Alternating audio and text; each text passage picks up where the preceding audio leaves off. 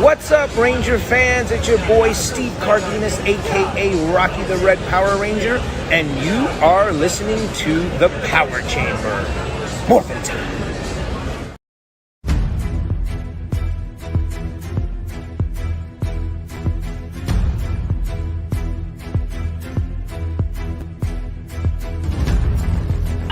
Alpha 37 online. Welcome, buddies, to the Power Chamber. Teleporting hosts now.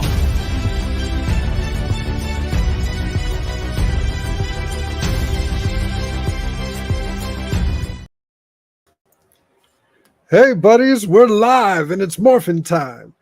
Welcome to the Power Chamber Live right here on YouTube. I am your host, the Heyyy Buddy Black Ranger, Rob Buck, and I brought us some brand new friends, and we're going to, well, one new, one you love to see, and we are going to be discussing some Ranger happenings. I know, shock, there are happenings. My cat is currently trying to get up here. Hopefully she doesn't. So without any further ado, let's bring him on.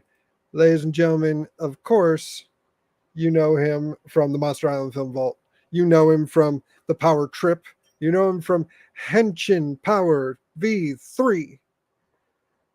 And in the Power Rangers audio drama as the Snarky Bonehead.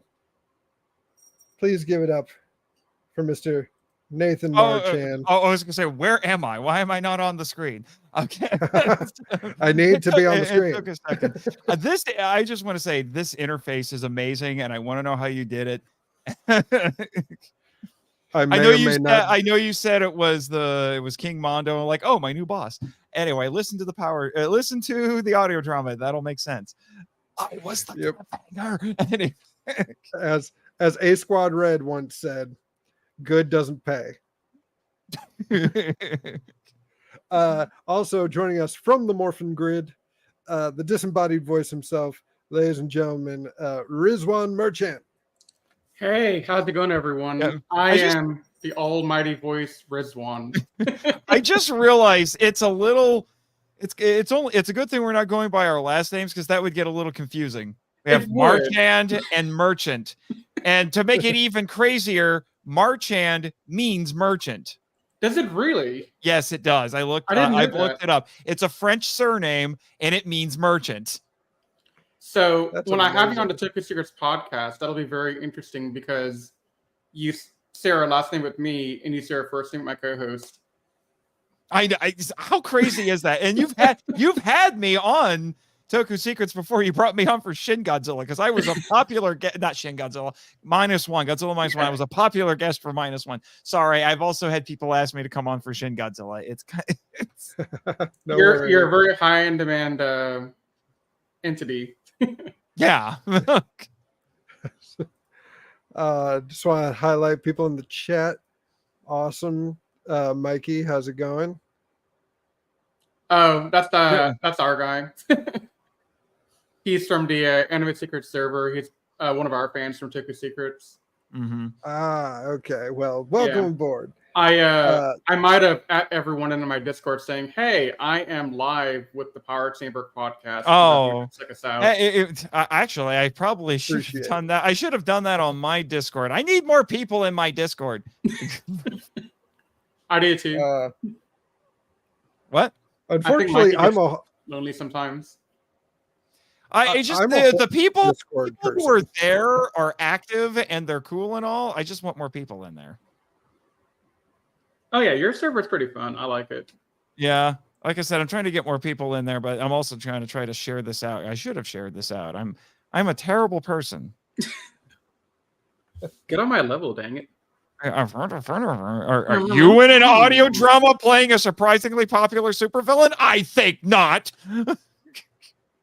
It's Hollywood Marchand.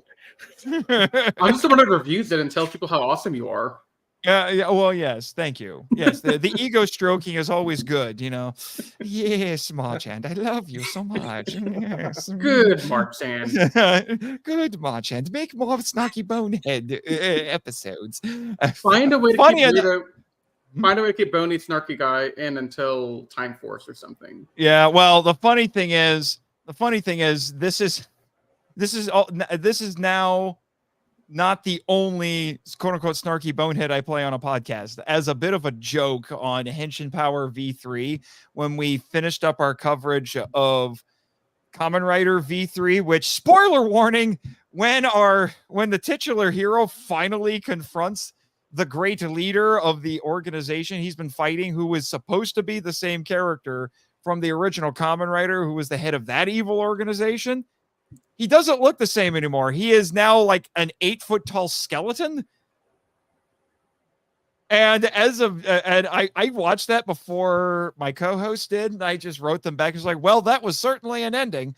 And then to surprise them, when I got to the trivia portion of when we're, getting like preliminary information out of the way for the batch of episodes we're going to go over, I suddenly switched over to being the Destron leader who was channeling his inner Skeletor. It was doing like he was like, remember, and then would give the trivia, and then he ended with an awkward fact and said, until we meet again. They loved it so much they told me to keep doing it. So I'm like, okay, I guess that's what we're doing now. This just seems like your life at this point. It's turning it. This is my life at this point. I do something silly, and then people are like, keep doing that. I'm like, okay. I mean, this is why you're probably going to audition for Andrus in the audio drama next, so you can do something serious. I have been telling Carl and other people at Scyther for months that I'm like, when we get to In Space, I'm auditioning for Andrus. I heard it in the after sale did on it. Yeah. It was like, I'm auditioning for Andros because at the moment I'm being threatened with playing Elgar. Don't do it. I got something. And I'm just like, Don't worry. what the heck? I was like, I am going to be cursed to be the comic relief characters, except in Zeo. I'm not the comic relief in Zeo. I did audition for Clank and Orbis, but I didn't get it. I didn't expect to get it really, but well, no, I auditioned for Orbis. That's what it was. I didn't go for Clank. But anyway, I'm sure you wanted to know about all of this. There's another Ranger character that I'm hoping to play who's also not a comic relief character, but we'll see how that one goes. Well, if anyone watched our discussion towards the end of my charity stream, which is the next video after you guys hang out with us, go check that out. If Carl doesn't do my idea, I would love to throw my hat in for Psycho Red. If he ends up doing the Psycho Rangers. Yeah. Yeah. Yeah, they're definitely coming. Like, I don't think you can't adapt In Space and not do that. You really can't. There's no way. There's no way. And now I have some ideas about how Carl could adapt them that would be a little different. Like, I think they should be. I mean, it conceptually in both Mega Ranger and In Space, they are the dark counterparts to the Rangers, but I think it should be more literal. Like, make them actual, basically dark copies of them in some form or another. Yeah, me and you are on the same wavelength, just like a step removed. Just how's it going, Jake? Oh, it's Jake Hamburg, one of my patrons for MIFV and one of my co-hosts on Henshin Power V3. Oh, cool. Ah. Well, has a familiar name as well. I don't know if he's one of our followers or do we just share that guy in common? I don't know. It's very possible. Like I said, I'm sharing stuff out right now.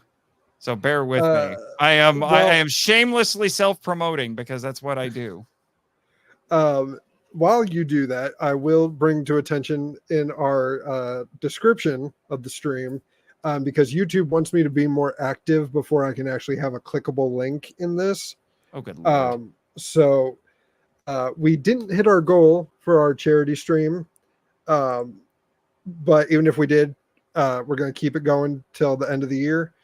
In the description, there is a link to Right Love on Our Arms, an organization that helps those struggling with thoughts of self-harm, unaliving themselves, and other mental health crises. Help them get the help they need. And so if you would like to help us out, reach our goal of $150 by the end of the year, the website is twloha.com/powerchamber24. And there will be a link. And what I love about helping them out, other than just supporting people with mental illness, there's no middleman. So all the money goes directly to those that need it. And speaking of helping those that need it, I'm also sharing, if you're not already a patron of Carl and Scyther Media, I would love for you guys to go show them some love, because we're helping out a member of the Ranger fam, Joey Sorless. Yeah. Affected by hurricane. It was Helena, right? I don't believe it was Helene. Yeah. Yeah. But to give you an update, because I was recording with Carl and the gang today for the Ranger review show, because they just got to In Space, and I said I'm going to come on as often as possible because In Space is one of my favorites for reasons. But Carl gave us an update on Joey, and I have been seeing some of this on his socials. He's doing fine right now. He was affected, but not as badly as other people, and he's back to being active at the moment. Okay. Awesome. So just wanted to give everybody an update. The proceeds from Scyther, I think they're still doing it. I can't remember if it was last month or this month, but I think it's this month. But regardless, I'm sure Joey would appreciate all the help that he can get. Yes, absolutely. So please show some love if you got the time or the ability to do so. If not, we're going to MST3K this, circulate the links. I'm working on a riff script for episode 100 of the Film Vault, and I keep learning what a beast these are. I don't know how the riff tracks and MST3K guys do it unless they just have multiple people working around the clock to make sure everything's timed correctly and all that. And I am but one person, and aside from having people help write the script, coming up with the jokes and all of that, I'm the one who's putting it together. So, finalizing it to put it together. But right. Hopefully recording it will be easier this time around, because it's the second time I've done it. I got faith in you. I appreciate it, because the Film Vault has fallen behind schedule again. Not as badly as it did in season 3, which took 2 years when it shouldn't have. I wanted it to be done in 1, but so hopefully I'll get it back on track. I have a Power Ranger episode actually coming up on the Film Vault. It was requested by a patron. So we'll be talking about a handful of episodes of Time Force. And just to make it sound even crazier, it's the uncensored versions of the episodes. Ooh. There'll be a link to that one. I'll hide Time Force After Dark. It's not as interesting as you might think it. Well, it's not as salacious as you would think it is. Yeah. And it's no secret. Basically, for those who don't know, Time Force was airing in 2001. 9/11 happened, and Saban, in its infinite wisdom, decided to go back and re-edit some of the episodes to take out some of the destruction scenes, because they thought it would be insensitive. In fact, and actually one episode of the show would never reran because they thought it would hit a little too close to home. Now you can watch the episode, you can stream it, you can get it on the DVDs. No, that's not a problem. But they took out some of the destruction scenes in some episodes, and aside from some VHS releases from back in the day, you can't see these versions of the episodes anymore. But even then, I thought not all the scenes made it to VHS. Am I incorrect in that? No, because one of the episodes that was requested by my patron is one of the episodes that ended up getting censored, and it was released on a VHS, and you can get that VHS and you can watch the VHS and see the original version. Well, I think I have a new holy girl to go play around with now. Yeah. So I don't know if I've ever told you this, Nathan, but for the Jedi Squadron podcast I run, I spent a good 3 or 4 months tracking down the old Star Wars VHS tapes to get the unedited copy of the original trilogy. Mm. And then I spent another couple of weeks after digitizing it so I can have a copy forever. Mm-hmm. It's so hard to find. Yeah, I actually tracked down those quote unquote limited edition DVDs that included it. That included them. They're in widescreen, but they're Laserdisc quality. But you know, so it's still better than VHS. But still, I think it still feels like a little bit of a slap in the face that was the best you could get. But at least I have it on a disc. You know? Yeah, exactly. I just recently found a copy of the trilogy in VHS, and it still had the proof of purchase seals on. So it was the box set, but it still had that little sticker at the bottom of the tape. Like no one watched them. Yeah. And I'm like, how did you not watch these movies? Yeah, who knows? By the way, you guys, I don't know if you guys are aware of this, but Rito, since you guys are such Rito heads, that's what I call Rito's fans now, Rito heads. He has actually appeared on the Film Vault a couple of times. It is canon to the Film Vault that he is Nate's old roommate, and and Nate doesn't like him, but he just shows up whenever he just like calls into the show because the podcast is supposed to be like a radio show, and he calls in whenever he does anything Power Rangers just to mess with him. And for April Fool's this year, for the April Fool's Day episode, I have now established that Rito now has his own show on Monster Island. Oh my God. And to make it even funnier, especially if you're a Scyther fan, it's basically a morning radio talk show, and his co-host on it is some dude named Wade. No. And you voice both of them, don't you? Yes. That's amazing. And I can neither confirm nor deny that Wade's last name is Wilson, which is actually going to be my gag with this. Like, I'm going to play with that because it is my Deadpool voice for Scyther, but I am not confirming if it actually is Deadpool or not. Yeah. But it is, in fact, Rito, but it's not the Scytherverse Rito. It's supposed to be classic Rito. And I'm going with the headcanon I came up with, which is that since we technically didn't see him get hit by the Z-Wave, I'm assuming he didn't get hit, and he's the only member of the family who didn't. And now nobody likes him because he's still evil and everybody else is not. He goes to the family reunions and it's just awkward. I mean, it's just a family reunion of himself. No, like he tries to go see all his actual sister and brother-in-law, all that, like at the family reunions, and they're like, and it's like, what's wrong with you? And I'm like, he's like, what? And then, you know, so he's got nowhere to go, and he just ended up on the island, and now he has a radio show. I love it because yeah, go back and listen to it. It's called The Snarky Boneheads with Rito and Wade. I'm gonna go check it out after we're done with this. Yeah, it's like 10 or 15 minutes long. And I will officially say it's also canon with the Power Chamber because because you had me on. You had me I on. called asking for help, and I got Wade and you got instead. Rito, and he was on the island. Or Rito, because you listened to the Film Vault and you actually paid attention to what was going on with the narrative portion of the Film Vault. And actually, I realized in retrospect, I should have gone with a different. Skeleturtle sounds funny because you said just ad lib a monster in here, and I'm like, okay, I should do something that would be kind of Rito adjacent, at least a little bit. So I went with Skeleturtle, which is kind of a joke in the Godzilla fandom. Skeleturtle is this little, like if you watch Mothra versus Godzilla, when they get to Infant Island and they're seeing the decimated part of the island. There's a massive skeleton in the background that looks like it might have been, you know, an extra large turtle. So the joke in the fandom is that is Skeleturtle. So that's what I went with. I should have gone with Red King from Ultraman because he is called the Skull Monster.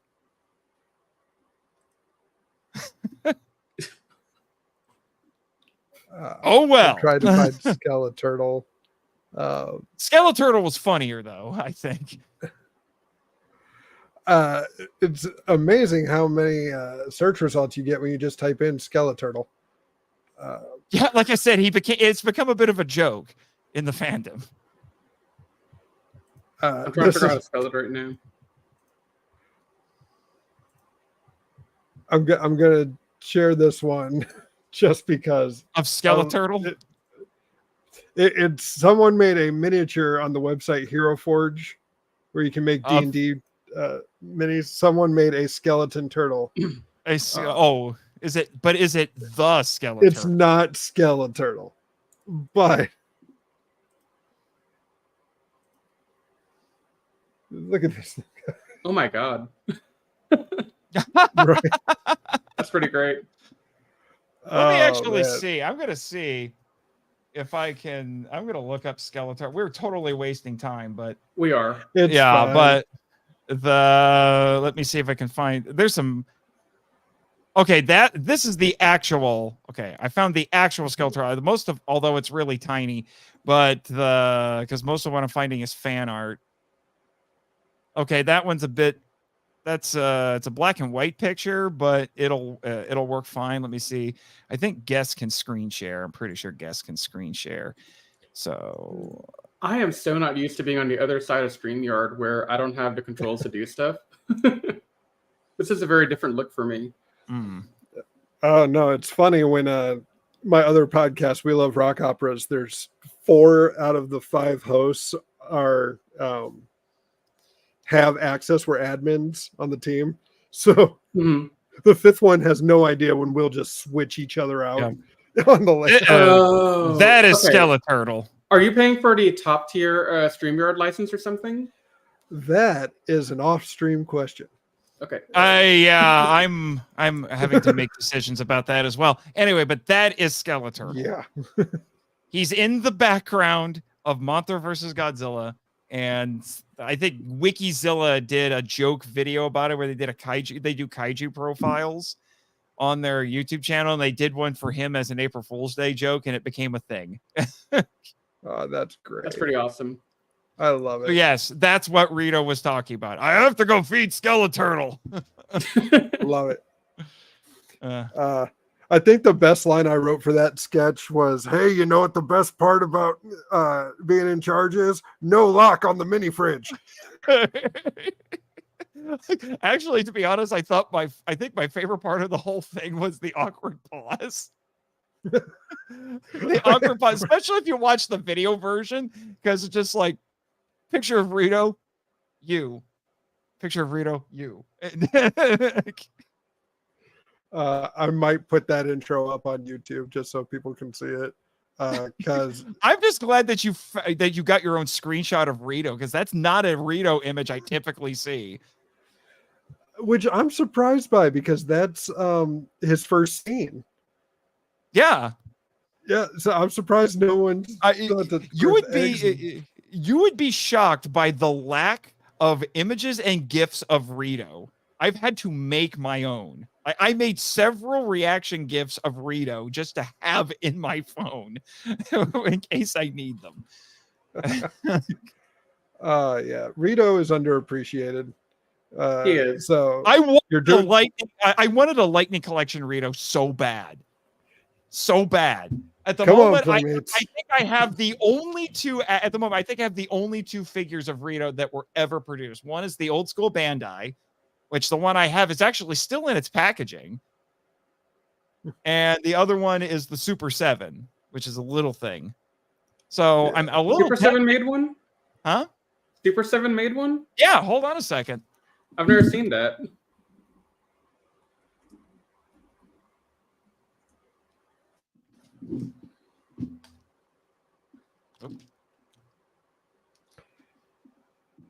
That's also a good like box art.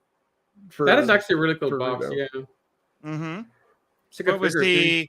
was he? I think he's wave 3. Yeah.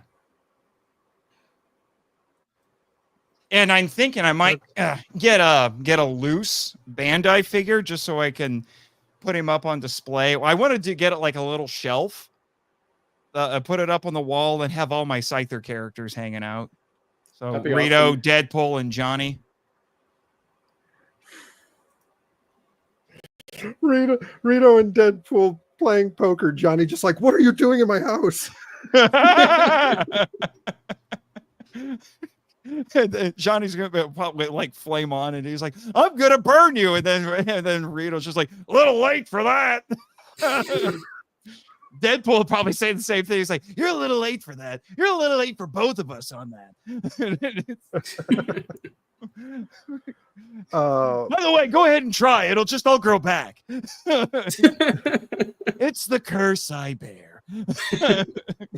It's the cross he bears.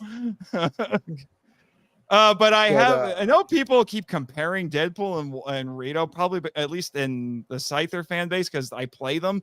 But I keep wanting to tell people, it's like, no, you don't understand. Okay, they're both the comic relief characters to a certain extent, but Rito is a sociopath. Deadpool is a sad clown. These are not the same characters. Have you seen Deadpool versus Wolverine? Yes. I will be watching it sometime this week, now that it's on Prime. Dude, it was surreal for me on several on levels that nobody else can understand. I'm assuming you've already had the spoiler, so I can talk about it, right? I know one spoiler at least. What's that? The okay, which one is it? NSYNC or Backstreet Boys? One of the two. NSYNC. There you go. It was NSYNC, yeah. Yeah, that's the spoiler I know. I haven't heard the other one yet. Oh well, no, there's a bunch of them because of just the sheer number of guest characters who show up in this thing. Okay, I've heard nothing about the other guest characters. All I will say is that if you listen to the Scyther stuff, there's a couple of scenes in this movie where I'm like, what is happening? Like, no one else can understand how surreal it was for me. Are we talking the X-Men or the Avengers? Avengers. Okay, I have to go listen to that one too. Still, I've listened to all of X-Men, I think. I am in episode 3 of Avengers as Johnny Storm because they team up with the FF. Oh, awesome. Okay. Yeah, that's why I mentioned Johnny. It's Johnny Storm. Yeah. No, I knew you were Johnny Storm. I just didn't know which thing you were going to be Johnny Storm in. It's episode 3 of Avengers. Mitch says that he wishes he could give us our own show because he loves his FF cast. Mm-hmm. He had the time or bandwidth. He said he would do that. But he does want to have at least one to kind of like as like a consolation prize. He wants to have at least one event. He wants to have at least one episode where the Avengers and FF team up. And I kind of put a bug in his ear, and he's going to do a little Fantastic Four special where we have our own adventure. He's working on that right now. He's working on the script. Well, anyway, this has nothing to do with why you convened this meeting. Yeah, we've been just going for like 30 minutes about other stuff. This is what we call the pre-show chatter. This is like the first 20 minutes of the Pod Meets World. Yeah. And guess what I do? And guess what I do with pre-show chatter? I give it to Patreon. I cut it out and give it to Patreon. I said really looking to make me Patreon. You should. Or you could just join my Patreon. I will always take more patrons. I mean, give me your money. Yeah.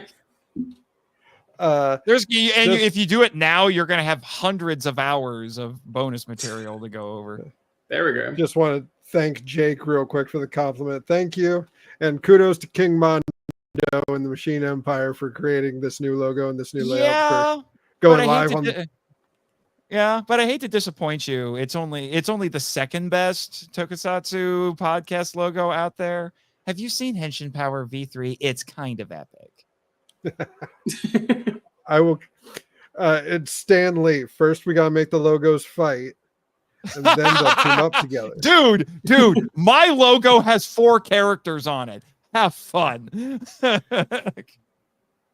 I can't say too much about my logo plans because I have fans of my podcast in here right now, but I am planning a new logo that nobody knows about yet. Oh no!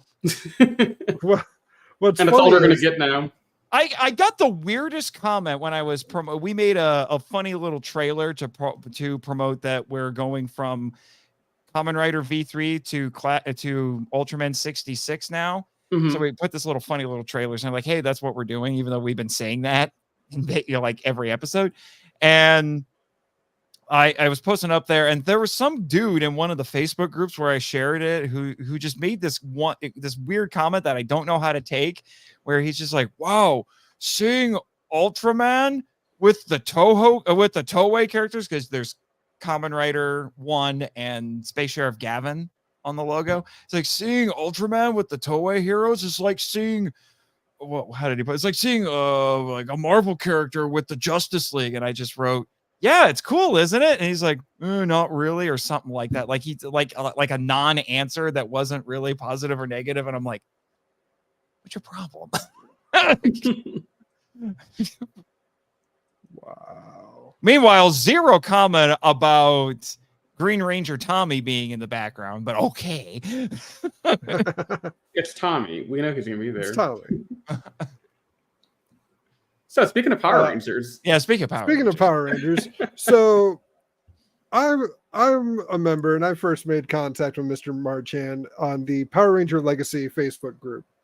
And there was a comment about the worry of Power Rangers as a franchise being canceled due to an upcoming heritage auction. Saban is pretty much clearing out their Hasbro. Hasbro bought Saban. So no, they didn't buy Saban. They bought Power Rangers. Alpha, can we get a fact check on that real quick? Yeah. Alpha 37, everybody. There, that's my disembodied voice. I appreciate that.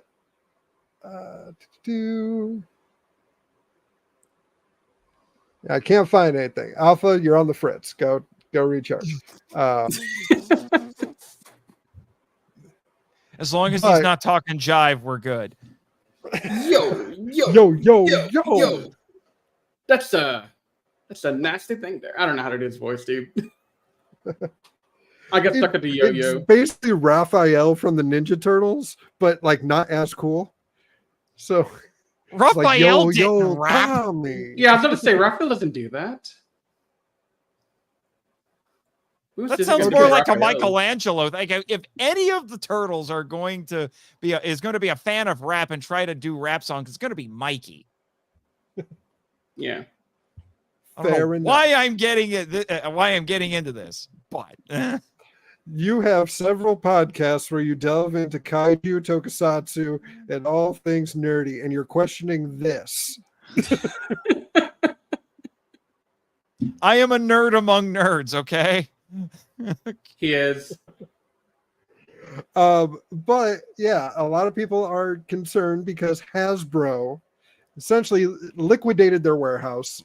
All the Power Rangers props are up for auction on heritageauction.com, listing to go up. The bids will start on the 18th. So that's 5 days from now. Yeah. And yeah, it's a little concerning. You say that, but I sometimes Power Ranger Twitter drives me absolutely insane. Okay. Because or Ranger Nation in general, I literally woke up, checked some social media stuff, and I see people flipping out and making posts and videos about how now suddenly Power Rangers is dead. And I'm like, what did I miss? Because a lot of times these people make posts just assuming people know everything that's going on. I'm like, I do not live on the internet like a bunch of you do. What is going on? Context, please. And then I had to do a little bit of digging, and I figured out it's because this auction's going on. I mean, so the auction was announced like a month ago. So I'm a little confused why it took so long for the fandom to react like this. Because also this is not the first time this has happened. And the franchise kept going. So why are we freaking out? I know circumstances are different now, but why are we freaking out like it's a new thing right now? Let's be specific here, though, because I think specificity is important in this case. Oh, for sure. This is the first time that I know of that we've had a auction to the level of this heritage auction that's going on the 18th. You're absolutely right that the franchise has almost died like 2 other different times in space and RPM. At least twice. At least twice that we know of on record. Yeah, I think the franchise has been close to cancellation more often than we realize. Well, I think they've been closer to cancellation ever since Saban took it back with Samurai going forward. I was talking to my co-host Nathan from Tokyo Secrets either this morning or last night about this, and he was saying that he can now see the impact of some of the Neo Saban choices in what they produced and what Hasbro did in the Hasbro seasons and what Hasbro's doing now. And even I think so. This morning I was recording another podcast on a different topic, talking about Ranger Stop and Pop. And in that podcast, we were discussing the fact that, hey, Francis died a couple times and it's always come back. But I think it's important to kind of talk about the things that are currently dead versus not quite dead. I'm not quite dead yet. Right. And so to me, I think there's still some life in the franchise because we have the Boom comics continuing on. We have Power Rangers Prime coming out next month, right? So that's one thing keeping Which we will get to. I have thoughts on that, so I'm excited to hear what you guys think about it. I still need to get that fan comic because you want to have me on for issue 2. Yeah, I need to get you. We need to get you on that. Do you have a link to it? Have I given you the link? Yeah, to like where to buy I used the link that was in your show notes for that episode. Okay, yeah. So I was able to look definitely. at it. I just need to actually purchase issues 1 and 2. Okay, yeah. We have to get. I have to go buy issue 2 for me, and well, I can also get you a copy given we're going to be doing the podcast. Okay. I'll I'll at least buy issue 1 myself. Yeah. But that's all besides the point. The point was the comics are still ongoing. Yeah, the TV show's probably dead, unfortunately for now. It may come back. I mean, Hasbro's president or somebody on Twitter the other day said, hey, we have plans for the franchise going forward. And that's enough of a jolt to get people thinking, hey, there might be something here, but people are now kind of contradicting their hype by saying the Heritage Auction is going to kill it. So it can't be both. It has to be one or the other. And I happen to think, yeah, the franchise is on life support, but I don't think it's near death just yet. Right. Although I will admit, I heard today that one of the items up in the auction is the Astro Megaship model. Yes. And if I had $1 gazillion, I would totally buy it. I was looking at my bank account earlier today, Nathan, to see if I could afford it, but I can't. Don't you fret, guys. I have the auction pulled up. We're gonna look at some of these items. Okay. Yeah, but awesome. you can go ahead and do that. But I do think the main reason we were coming on here is to address the concerns that Ranger Nation is having. One thing I want to point out, this is a thought that just occurred to me, is if you look at the history of the big, really the big tokusatsu franchises in Japan, they've all taken breaks. With weirdly enough one exception, which is Super Sentai. Yeah, I was gonna Super say, Sentai has not stopped. Like there has been a Super Sentai every year for almost 50 years. It's kind of bonkers. But Godzilla has taken several breaks. Yep. At least in Japan. It's a little. One of them, there was an American movie made, but then Toho's like, well, that sucks so much, we're going to bring the real one back. Ultraman has went on hiatus for basically 15 years, at least in terms of Japanese productions. There were some foreign productions during that time, but they didn't catch on. And then Tsuburaya made a massive comeback in the mid-90s.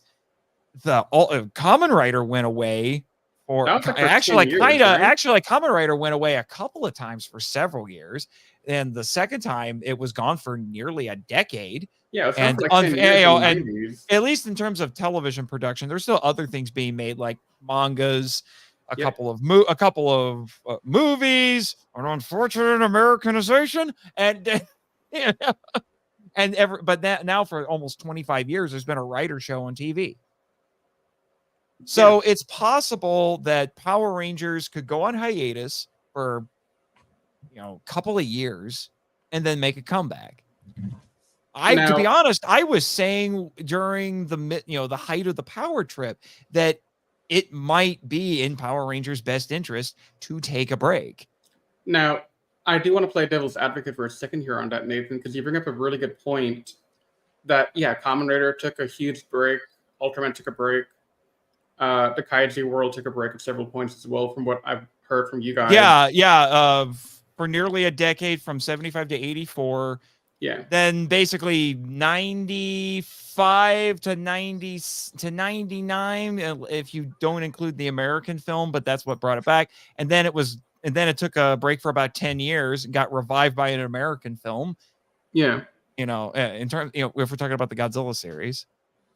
Yeah. And now we've got too much Godzilla content. We've got like movies being made on both sides of the Pacific, and it's just a little overwhelming. But the issue is Hasbro's incentive to care, right? That's the big question I have. That's the major problem. Because if this had been under any of the other regimes, I think we would have a little bit more room to hope. I don't think Hasbro cares. No, because they have big robots in the form of Transformers. G.I. Joe can take the place of the, Ranger toys that they're going to sell extensively. I mean, not really, but you can make that argument. I don't personally agree with it, but it's certainly an argument you can make. So what does Hasbro gain from the Power Ranger franchise in terms of toy sales? Because at the end of the day, Hasbro is not in the business of making TV shows. They're in the business of making toys. And if they're already able to make action figures and big giant robots, what does that leave for... Right. Although my counter to that is, from what I have been hearing, is that Hasbro seems to be trying to be getting away from toy production. They want to be basically a gaming company now, and they're botching that too. Really? People have been I've been hearing a lot of complaints about a lot of newer toys from Hasbro have had quality control issues. That definitely plagued the Lightning collection there for a while, but it's not just Lightning collection. It's other franchises were dealing with it as well. I've been hearing complaints about that. I've also been hearing people complain about Hasbro mismanaging their other franchises, particularly Transformers.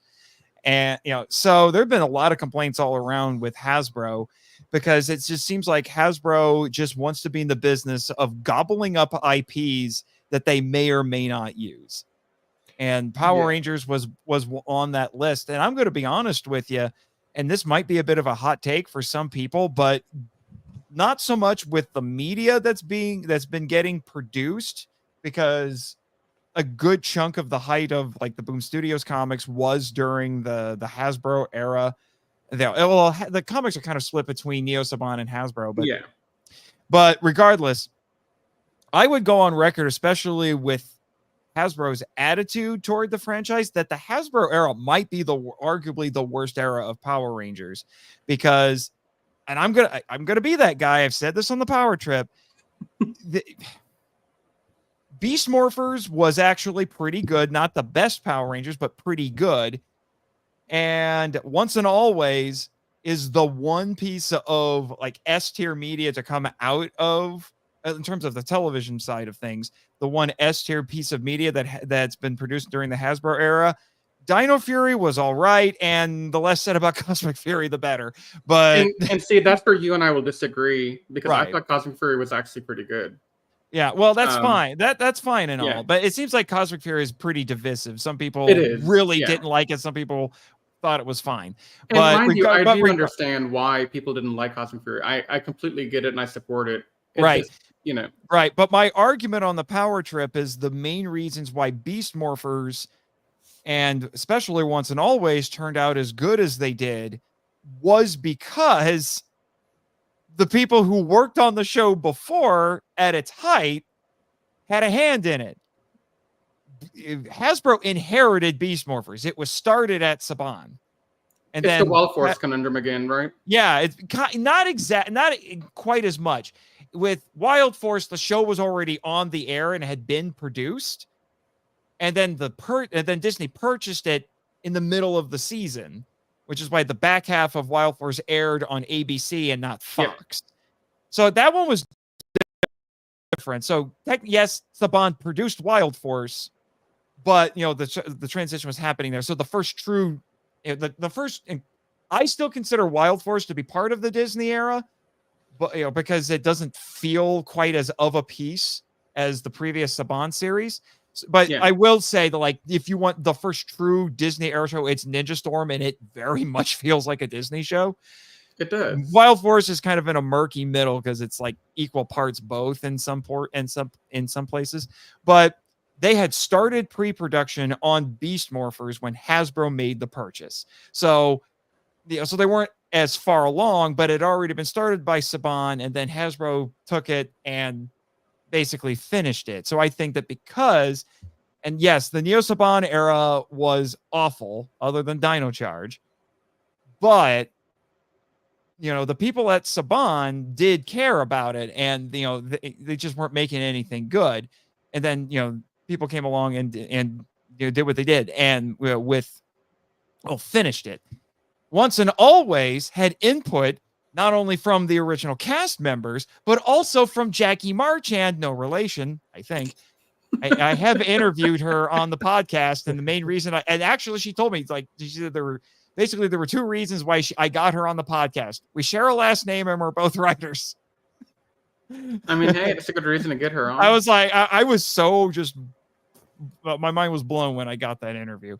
That was a fun interview to listen to. Yeah, it was great because I went out of my way to make it as different compared to the other interviews I've heard her do. But anyway, regardless, it was because of all that input. Once and Always became what it is, and I think that's a big reason why. Hasbro, I just don't think cares when Hasbro is left to its own devices, and it's like, hey, you guys go make stuff. You get Dino Fury and Cosmic Fury, and regardless of how you feel about those shows, I think it's a safe statement to say that neither one of those are top tier Rangers. No, they're not. But also, I would argue that the Neo Saban only had one entry that I would consider even B tier quality, and that'd be Dino Charge, Super. That'd be Dino Charge. Yeah. We went like over everything that. Everything else is, I'm sorry, garbage. Well, if you include the 2017 movie, because that was a Neo Saban thing, that's fair. I am an adamant defender of the movie, and I always will be. Fight me in the chat if you want. I will always defend that movie. I have done 2 podcast episodes on it. That was kind of an accident, but it ended up happening. I've actually done 3 podcast episodes on the 95 movie because Power Trip happened. A patron for MIFE wanted it, and then I was invited onto another show. And these were all within about a month and a half of each other. Well, not the Power Trip episode, but it was the same year. It was wacky. So what I'm hearing is I got to invite you on to do the 95 movie on our... Apparently you have to, and then that'll probably, it'll be competing with Shin Godzilla and -1 as the most requested guest spot episode I do on other podcasts. But Nathan, what? I'm just saying, April is the 30th anniversary. And I'm going to be in between seasons as soon as we film and record the last of season 2 of. Well, in that case, you got to bring my friend Shane on to be Ivan Ooze, because I had him play Ivan Ooze on the Film Vault. Absolutely, I wanted to have him back on for the 30th anniversary of White Light, but I missed it. To have him, because he's the voice of Saba. He's right? Saba, yeah. Yeah. But anyway, all of that to say, I understand the concern that people have. I just don't understand why the auction is such a trigger. I think it's a trigger because of the cast reaction more than anything else. Okay, that is poor form on Hasbro's part. I'm sorry. If Hunter Dino wants her costume, let her have her freaking costume. And not make her bid thousands of freaking dollars for it. I'm sorry. If you have cast members who are like, you're just going to get rid of this anyway, can I have it? Yeah. Let them have it. No, because Yossi Sidarso wants his. I saw him on Twitter and I think maybe TikTok. I don't know. And he wanted it. Hunter wants hers.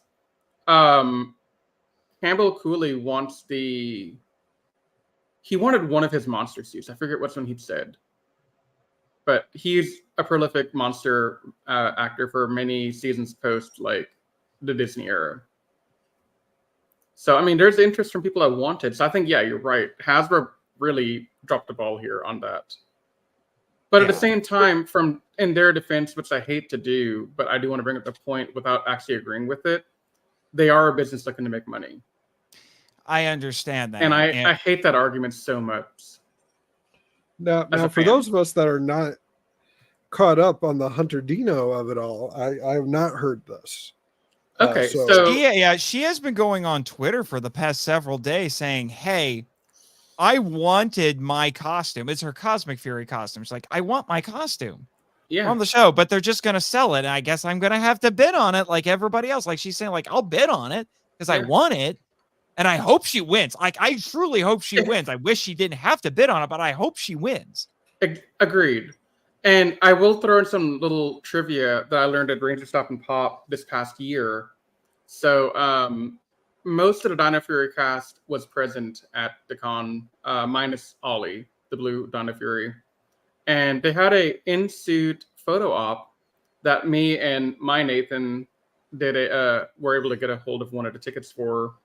So when I talked to the actors about the suits and where they got them, like I thought maybe they got them from like a Halloween store or something. No, they got those from New Zealand. Like those are their suits from the show. But so they were allowed to keep that one, but not Cosmic Fury for whatever reason. And in one of the videos I released from Ranger Stop with Jeffrey Perazzo and Kevin Duhaney from Dino Thunder, they played white and blue respectively. I think it was Jeffrey who said that he and JDF actually snuck in at night, snagged one of their costume sets and ran off with it before Dino Thunder finished filming, just so they could have their own like suit of it somewhere. Now, see, I'm wondering if Hasbro did that because that's a Cosmic Fury is not a Sentai adaptation. Those it isn't. But the suits are new. But those suits are new. Those suits are Hasbro made. I'm wondering if big corporate people are like, oh, well, you can wear those because those are Toei and licensed off from them, but those are our suits. No, yeah, but they're also auctioning off a bunch of stuff from well before they own the franchise that either they didn't make or they inherited from Toei. I mean, they're literally auctioning off the Astro Megazord prop. I mean, me and Nathan are just talking about it earlier. It's the Astro Mega ship, the model. And I was asking somebody because the Scyther guys are reviewing, doing episode by episode reviews of Power Rangers, and they just got to In Space, so I'm joining them for In Space. And I said, I want to know if they got, because there's clearly new footage in Space of the Astro Mega ship. And I was like, did they make a new model? Like, did they actually invest in making a replica model, or did Toei send them their model to use and make new footage? And one of them checked that auction and thinks that it was a brand new model that Saban made that was a replica. I don't think Saban had that much money at the time to do that, though. I think they took a Toei model. That makes more sense to me. But regardless, whether it was made by Saban in the late 90s or they inherited from Toei, Hasbro's auctioning that off because it was part of the package. Right. So they don't own that. Like by rights, they own it because they inherited it, but they didn't make it. So no, I don't think that's the reason why. I think the Dino Fury cast might have just gotten lucky when they got that suit, because sometimes the Rangers do get their suits. Who was it? Serena Vincent. I think C was trying to get her Lost Galaxy suit for and I don't think she ever got it, but she did have her pajama that she wore in some scenes in Lost Galaxy, and she did a photo shoot in that at PMC apparently. Yeah. So there is precedence across history of them giving the suits back to the actors, but I'm not a fan of Hasbro safting so many actors and saying, no, you have to bid on it if you want it. I think if the actor wanted one, give it to them. And I mean, I feel like I haven't looked at the page in too much detail, to be honest with y'all, but if they have one suit, my guess is they probably had two. because you have to have at least a couple of these suits laying around for each color of the team. And you probably also want to have, I would say, at least two, one for the face actor and one for the stunt actor. Right, because they have to fit both of them. Yeah. So for those unfamiliar, there's usually what's called a hero costume, which is probably what JD, like I'll use White Light as an example. JDF taking the helmet off, the Guess Who's Back, that would be a hero costume. But when they're out in Angel Grove Park fighting some buddies, that would be the action costume. Yeah. And a bunch of the helmets, you can definitely see they are not made for close-ups. They are made so that way our stunt performers can breathe. And I feel like I'm really loud. Am I really loud, guys? No, you're fine. Okay, I'm just excited. But we're going to take a look at some of these items. Not all of them. Not going to go a whole catalog of these, but just some that I thought were interesting. Right. And to prove the point that regardless of the future of the show, I think there will always be a home for Power Rangers somewhere. There's been a home for G.I. Joe, Transformers, even ROM Space Knight. Look that up, kids. IDW has a good series right now about him. But you look at some of these props, and yeah, we're not going to use them again, guys. But this one, as we were just talking about it, let me pull it up here on the center of our little command center here. By the way, people, let me know in the comments what you think about this setup. This is the first time I'm using it. Oh, we're getting in on the ground floor. I'm jealous of this layout. I am too. The amount of work comparatively. I had to copy the background, cut out the holes for the cameras, and then put it on top of it. You must show me this magic. Yeah, I was going to say, I need to learn your StreamYard Blackcraft you have going on here, because I'd love to be able to do something like this. No problem. So our first one, and I'll try and... Oh, okay. So it's not... I thought it was the ship, not the suit. It transforms. So this is... So it's being listed it's a as model. the transforming ship. Yeah. And I apologize, because I thought my screen would be a bit bigger. In fact, here... I mean, you can make it full screen. I could. Let's full you can screen all be layout. disembodied voices like me. There you go. Oh my gosh. We have been cast into the void. There we go. Hey guys, welcome to the background. So this is the transformation miniature. Then it's probably, there it is. It's probably a Toei prop. How big is this thing? This is... It can fit on my bookshelf. Oh, it's the shuttle. I want to know how big this thing is. Let's see. Are there specs on this thing somewhere? There are. So here we go. We'll get to those later. There we go. Apologies, guys. Slowly. I am like scrolling like an old man. There we go. 2 swiveling laser cannons. The Astro Megaship measures 22 inches by 20 inches by 10 inches in ship form. Really? Huh. Really? I would have swore it was bigger than that. And the Megazord is 37 by 18 by 7. So it's a little more than 3 feet tall. Yes. Wow. I could have swore it would have been bigger, but I'm used to thinking of how back when Star Trek still used models, how the models were huge. Like the Enterprise D was 6 feet long. Oh man. Yeah. So here, I'm gonna take this down real quick. And hey, now you get the behind the scenes look at what this it's his picture. You're not a disembodied voice anymore. Hey, I'm a real Roy. There we go. Oh, okay. Awesome. So we're going back to typical now. I get I like it. Yeah. Oh, maybe not. Oh wait. Oh, he exists. Anyway. So then this next one that I wanted the show. I just thought it was kind of cool because, as you said, a lot of the Zord fights, and by a lot, I mean most of them, are Toei footage. Oh my God. Sorry, forget what I just said.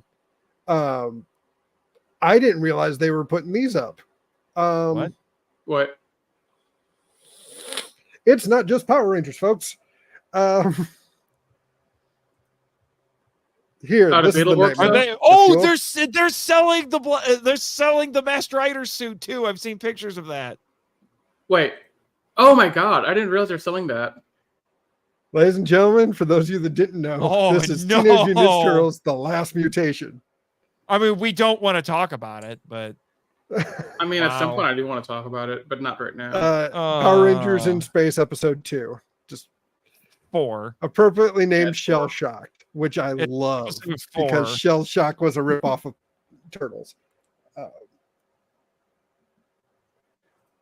But yeah, that is, oh my goodness.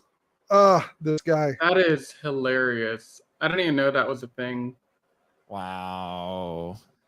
So, okay, hold up. But they're all, like I said, they're also selling the Masked Rider suit. Yeah, and they're selling Which the Beetleborgs means suit, it too. might be an actual Kamen Rider Black RX suit. Now, one side yeah. note that I want to throw in here. They have all this stuff still in storage. How are you going to tell me they don't have the Bioman film reel somewhere in storage for like that Bioman pilot? Somebody's got it somewhere. I'm telling you, it has to exist. Oh yeah, absolutely. I mean, I actually found out within the last couple of months, and I'm trying to talk Michael into, since we're still waiting for Legend of the White Dragon, I've sent him a couple of ideas for like some periodic episodes we can do for the Power Trip as we wait. One of which is that weirdo movie that Ranger Nation is slowly discovering on Tubi because, oh my gosh. Oh my God. I didn't get your reaction on that, Rob. I'm amazed. I'm glad you survived Because I still haven't finished the last 30 minutes of it. It takes exceptional fortitude. I understand, but one of them I found out there was actually an American Sentai adaptation before Power Rangers. What are you talking about? Dynaman. Oh, yeah. I remember there was like a weird dub on USA or something, right? It was a parody dub of 6 episodes. Yeah, I remember reading about that. It was in the, I think, 1987, something like that. But yeah, here you go. The Masked Rider suit, which might be a Kamen Rider Black RX suit. Which, I mean, look how Toei. form-fitting it is in this shot. You know, it looks like a proper costume, you know. I don't know what mannequin they got this guy on. Yeah, that does look kind of awful. But I'm going to be honest with you, though. Black RX is not my favorite rider design. Every time I see it, it looks weird to me. I don't like this big collar. It makes it look like he has no neck. Even in the original show, it looks strange. Also, the lower torso just feels proportionally wrong compared to the legs. Yeah. It's a weird looking suit. I don't know why that's a thing. Stop it. Whoa, you're making me dizzy. Yep. Enjoy. But yeah, and you can see the wear and tear on this stuff. Oh yeah. I will admit, I'm amazed this thing is even in this condition. It looks like we got a little bit of cracked visor. But yeah, this thing's gorgeous. Yeah, because you're looking at this thing is pushing 40 at this point. Yeah, if it's a Black RX suit, it's pushing 40 because Black RX was 87. It was 87 to 88, if I remember correctly, because Black was 86 to 87, if I remember right. Or it was 88 to 8, or maybe it was 88 to 89. I could be wrong. I know it was the late 80s. Gotcha. Yeah, you would know more about Ryder than I do. Well, Well, Black and Black RX are particularly Black is my favorite writer series that I've seen at this moment. And Well, Saban massacred it. I mean, like, Black RX is not as good as Black, but good grief, they massacred that show. Like, after you see Black RX, you can't watch Masked Rider in good faith anymore. Like, if you couldn't already, you can't go back to it. I'll be watching that in the next couple of days, actually, given I'm meeting the actor of Black RX here in Houston in December. Oh, that's exciting. Yeah. Oh, but it's the same guy from Black as well. Yeah, it is. Now, is it the suit actor? Is it the suit actor or the face actor? The face actor. The face actor, okay. Because it was the same suit actor for in both shows as well, because it's the same character. Yeah, they have Captain Marvelous from Gokaiser. They got Barai from Hoosier Ranger. This guy, and there's rumors of one more. I don't know who though. So this is the action costume. So this is what your stunt person's wearing. Right. But is this the one that was used in Power Rangers, or is it the one from the Masked Rider show? I've been trying to figure out if when Power Rangers has changed hands, that all of the related shows go with it, or did Saban retain ownership of those? Like I said previously, when Alpha decided to crap out on me, I believe Hasbro bought Saban Entertainment. So that's VR Troopers, that's Big Bad Beetleborgs, that's Mystic Knights. Now, if they got stuff from Mystic Knights on sale in the auction, that'd be really interesting to me.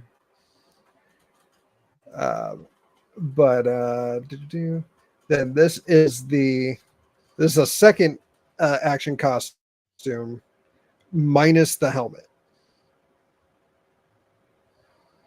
Jake wants to know if there's anything Beetleborgs in here. Yeah, that would be telling.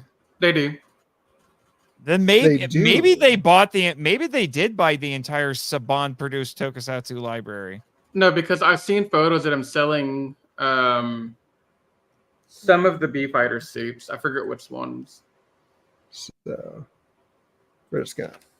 Also, fun fact. I think it was SPD Red. The helmet is from the Universal Studios live action show. Yep. There you or go. Disney show or something. There's some helmets. Here we have Joe's helmets. And I believe this was the Metallic Spectrum Beetleborg, or this might be a villain. I've seen very little of Beetleborgs. I want to say that was one of those. I forget the plot, but there are like two set of coins, and there are two swords, and I think that was on the villain side of the equation. So the premise of Beetleborgs, I'll never forget it because it was perfect. Was 3 kids find a haunted house. They accidentally hit 3 keys on an organ, and it summons a phantasm named Flabber, who is trapped in there by basically the Universal movie monsters. You had Dracula, Frankenstein's monster, werewolf, and Flabber says, "I'll grant you guys a wish for freeing me." And it was a brother and a sister and their friend, and they were like, "Well, our friend's family runs comics, a comic shop in town, Charterville." I remember that. Which is in Ohio. Which is in Ohio. Okay, that explains a lot. But they ask, make us superheroes. And our favorite the number superheroes. Our favorite superheroes are the Big Bad Beetleborgs. So he makes them the heroes, but the catch is with the magic, he couldn't just bring the powers of the good guys to life. He had to bring the villains into the real world as well. Yeah. So then they got basically their Tommy, the White Blaster Beetleborg. Yeah. You know, only lasted a handful of episodes, but he was only there like for 3 or 4 episodes. But Beetleborgs, from what I have seen of it and what I've read of it, it is First off, I swear Saban Studios just secretly just wanted to make sitcoms and they kept getting saddled with superhero shows. But Beetleborgs is freakishly bipolar. Like it feels like two separate shows that they just tried to smash together. And it's beyond weird. Like Well, all the campy comedic shenanigans with the monsters feels like a whole other show. And then there's a okay superhero show in there sometimes. I mean, it might have been quirky as hell, like you're saying, but it was still a fun ride. I enjoyed it for what it was. Yeah. I'm not saying it was fantastic or anything, but it was still fun. Yeah, I couldn't. The most I've seen of it is I caught a few episodes. I watched a few episodes of Metallic, first couple episodes of Metallics because of the comic book. There's a comic book crossover between Beetleborgs Metallics and Power Rangers Turbo. So Michael suggested I watch at least a few episodes of Beetleborgs Metallics just to kind of get a little bit of context. And well, it meant Nukas is entertaining. I may have done a Nukas voice in that episode. I basically turned him into Dr. Doom. He just refers to himself in third person all the time. That's amazing. That's exactly. Yeah. You are spot on, Nukas. I'm not gonna. Yeah, you say that, but the guy on the show, I didn't quite get the voice down, but it was like, I am Nukas. Bow before Nukas. You will listen to what Nukas has to say. It's like stuff like that. I will say the only eye rolling thing that happened was what I'm looking at right now is the titanium Beetleborg. Roland. He was green in the first season. Yeah, Roland.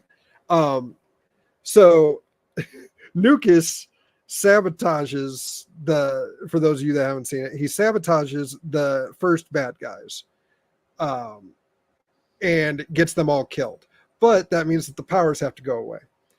Nukas then takes over as the main bad guy. He's a creation of the comic book creator's evil brother, Les Fortunes.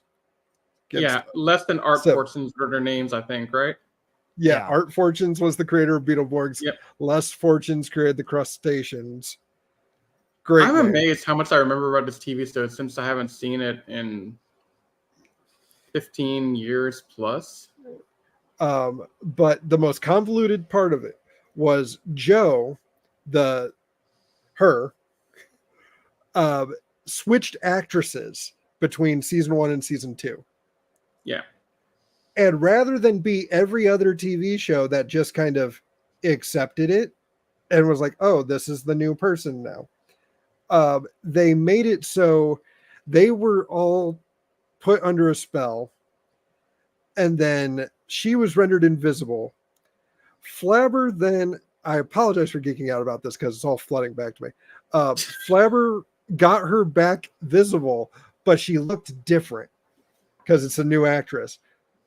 But explained it that only everyone that's in this room right now sees that she's different, and everyone else sees the first actress. Oh gosh, that is so stupid. I forgot about that until just now. Thank you for reminding me, Rob. I'm sorry. And they even have a shot of new actress looking in the mirror and seeing the first one. Oh my gosh. I remember that now. Essentially, Roger Moore looking in a mirror and seeing Sean Connery. That's stupid. That's fantastic. Oh my gosh. I will say, like, it's so crazy to think in that era that it seemed like, weirdly enough, Saban's A team worked on Power Rangers, because when you compare Power Rangers to even the low point that was Turbo, you compare that to Beetleborgs and Masked Rider especially, it's just like, what the heck? Now, I did enjoy VR Troopers. Yeah. I was pretty, yes. I never got to see all of VR Troopers. I want to see the rest of VR Troopers. I was invested in VR Troopers. What stopped you? Good. What stopped you from finishing it? Huh? What stopped you from finishing it? It went off the air. Oh, okay. It just wasn't airing in my area anymore, and I missed out on the DVDs. And I know it's all on YouTube. I just haven't gotten around to it because I've got 100 other things to watch, and I would have to start it from the beginning because I haven't seen it in years. But feel I your pain. Interesting enough, no I VR will admit, troopers. I am secretly hoping that somebody lets Shout reissue those DVDs because I will buy them. I would even, if you really wanted to test this fandom, I would almost like find a way to do it as cheaply as possible so you can mitigate any financial risk. I want to see what happens if you put Masked Rider on physical just to see if people buy it. I want to see if the hate for it goes so deep that nobody will buy it. I think it might. And that brings up a point that goes back to our earlier conversation about the death of the fandom. I was watching something, I forget what it was now, or maybe talking to somebody, and they were saying a reason for why Power Rangers is dying is that the fandom doesn't support what the franchise has been providing over the last like 10 years or so.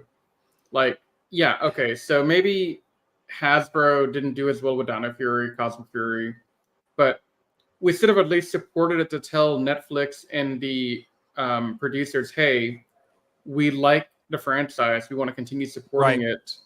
Right. And if we support it by watching it on Netflix, then at least they know to keep making it instead of auctioning off everything. Yeah, because I will tell you right now, and this is a bit of a hard pill for some people to swallow, but what Cosmic Fury came out the way that it did because of Hasbro. Netflix was invested 110%. Oh, They're yeah. like, hey, we want to do 20 episodes of this.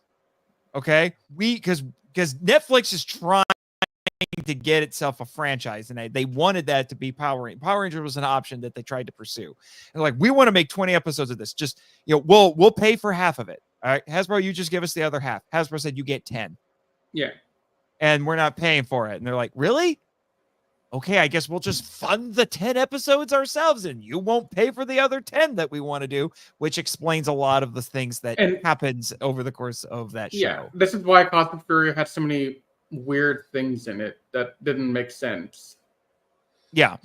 And we're not written well. So like I said, that's why Hasbro is mismanaging this thing because they just don't care. Say what you want about the quality of material that we were getting from Neo Saban.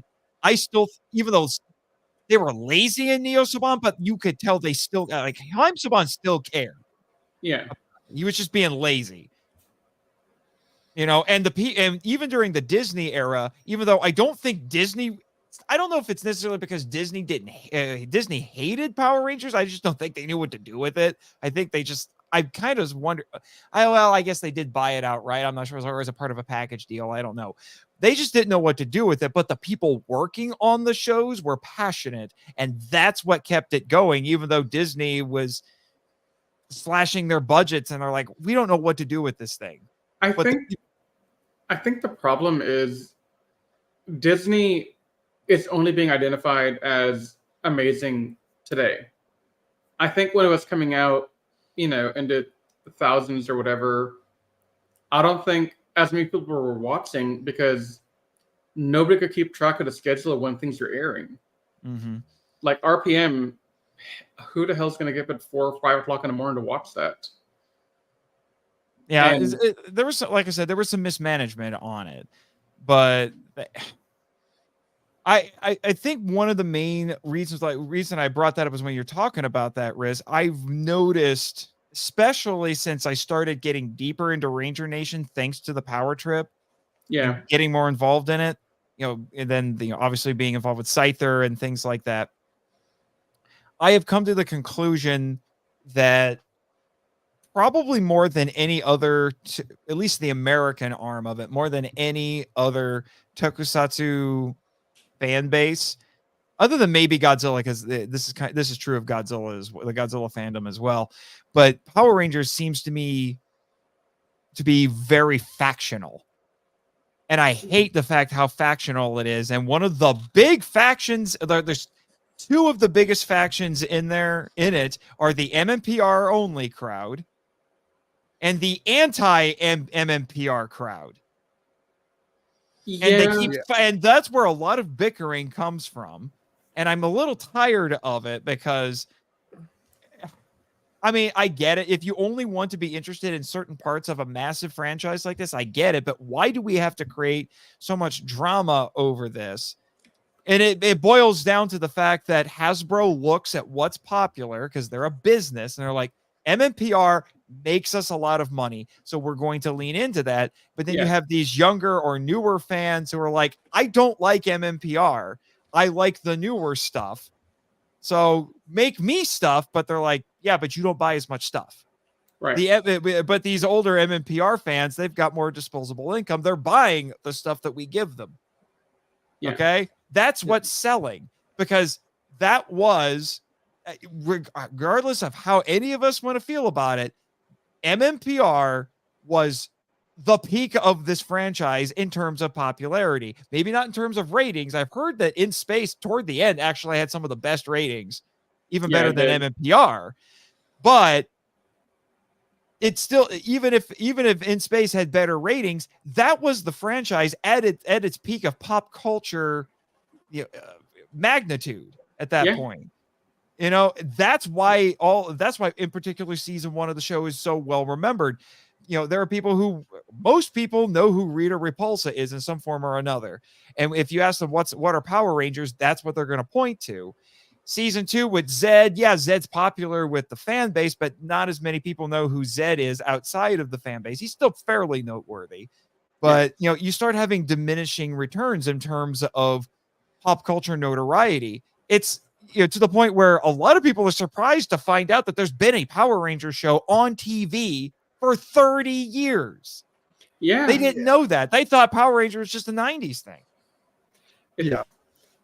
I did the Two Filthy Casuals podcast, and one host had an audition as a voice actor for Power Rangers when they moved to LA. The other person, as soon as I said that the show's been going on for 30 years, had no idea. And, judging by the title, I'm going to talk about Voltron at some point, so I might as well do it now. Henry Cavill is going to be in a live action Voltron movie. Wait, that's wild. Hold up. We're making a live action when Voltron is he for real? Wait, is he going to make that before or after he's in the Highlander remake? After Highlander, before Warhammer. Go figure. Dude, where does he have the time? But they've already cast him, and they already cast someone else. And this, for some reason, I've never been a Voltron guy. I couldn't tell you anything about Voltron, except it's 5 lion bots forming into a big lion bot, and that's just because Deadpool made the comment. Yeah, and it was an Americanization of an incredibly violent anime. Oh my god. Go Lion is so different from Voltron. And good lord, Go Lion's kind of effed up. I haven't watched all of it, but I watched a little bit here and there. It looks like fun. Yeah. What's funny is I heard that when whoever it was that released the show on DVD, and they're like, hey, let's put out Go Lion because Voltron was popular and people will want to see where it came from. And they went to that anime studio, it's like, hey, can we have Go Lion? And they're like, you want that one?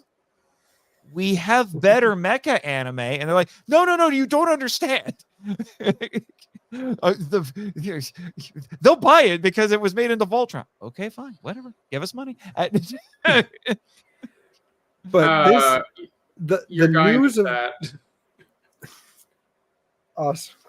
Edwin Gonzalez saying, I only got into one show and finished it because it was Nick Teen's Voltron Forces. Man, that was such a cliffhanger. Yeah. I still want them to finish that one. Yeah. Anyway, but Rob, you were saying we keep let me ask we you keep this, derailing everything. I'm sorry. It's fine. This is why I summoned you to the power chamber. I don't know why this ticked me off. I'll be nice with the language today. This ticked me off that Henry Cavill was heaped with praise for being cast in a Voltron movie and how excited people are for Voltron. And it got me thinking. So I fell down a Transformers rabbit hole recently. Transformers 1, by all intents and purposes, I've had people say it's the best Transformers movie of all time. Yes, I would agree with that. And that caused me to fall down a rabbit hole of the entire history of Transformers. Transformers is only slightly older than Power Rangers by like 10 years. But it's always been, it's the Autobots, it's the Decepticons, it's Optimus versus Megatron.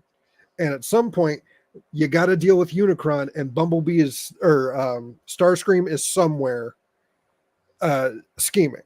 That has been the outline of this show in its various guises for 40 years. I can think of 2 exceptions, but okay. Yeah. Beast Wars is a continuation of G1. Sequel. It is, and yes, there's some similar character archetypes, but it's also a very different show. Yeah. Mm-hmm.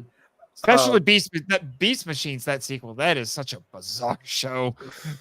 I don't think I ever saw that one. It is. It's weird. It's weird. It's a little better if you take it in isolation, but as a sequel to Beast Wars, it's incredibly weird. But anyway. Yeah. But it got me thinking. So I've always appreciated that there was a Power Rangers season for everybody. If you weren't a fan of Time Force, you got Ninja Storm. You didn't like Wild Force, there's Lightspeed Rescue. There is a Ranger season for somebody. If you are into action adventure movies and TV shows, there's something for you. But at this point, is it the detriment that there's such a variety in Power Rangers? Should it have been that In Space ended the Zordon arc and we just reboot with a different Jason, Zach, Trini, Kim, Billy, Tommy? I don't think I would necessarily want that. I think a better model to try to follow, which I think they were trying to do, and I'm not talking about the Sentai. The Sentai model is start over with a new team every year with a new gimmick, but keep certain core concepts like multicolored costumes and monsters of the week and robots and things like that. Like there's certain trappings of Sentai that you're supposed to have there. Ryder's a little bit weird now because now we're getting to the point where Ryder doesn't really feel like Ryder anymore to me. Have you seen what? Have you seen a new one? No, I haven't seen. I've only seen clips and pictures of it, and it just looks bonkers. Like it's so weird. Yeah, to me, most Kamen Rider that's come out in the last 10 years just looks like an offshoot of Super Sentai. It feels like Rider has been feeling less and less like Rider the longer it goes on. But but what I was trying to get at is a better model for what I think you're talking about, Rob, would be Ultraman. Where when you look at any given Ultraman show, it is the exact same thing almost every single time. There are outliers where that's not the case, but almost every single time, Ultraman at any given Ultra series is a team of basically uniformed monster hunters with incredible technology like ships, ray guns, things like that, who are commissioned to deal with kaiju and alien threats. One of them is secretly Ultraman.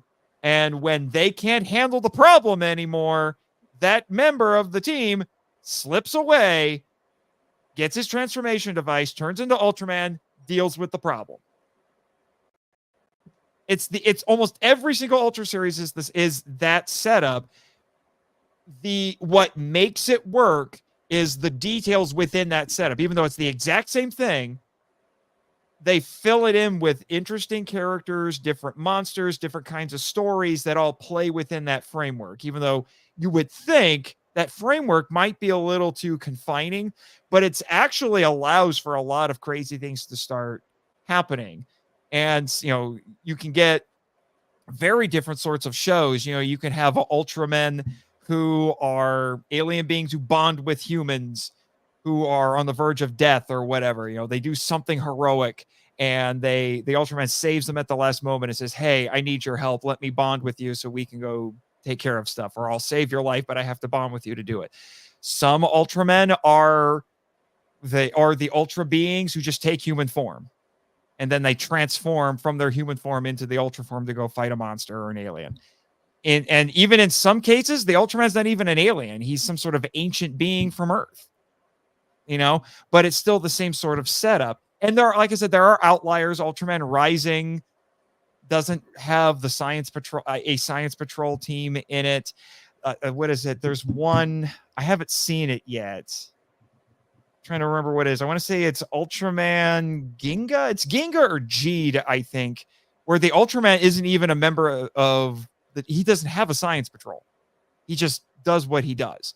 And in Ultraman Nexus, the Ultraman's not a member of the team. He's a completely separate thing. He's a wild card. And even the science patrol team's like, what the heck even is this thing? So that creates tension between the Ultraman and the science patrol team, because they have some of the same objectives and agenda, but they don't always line up because they don't know what each other are doing.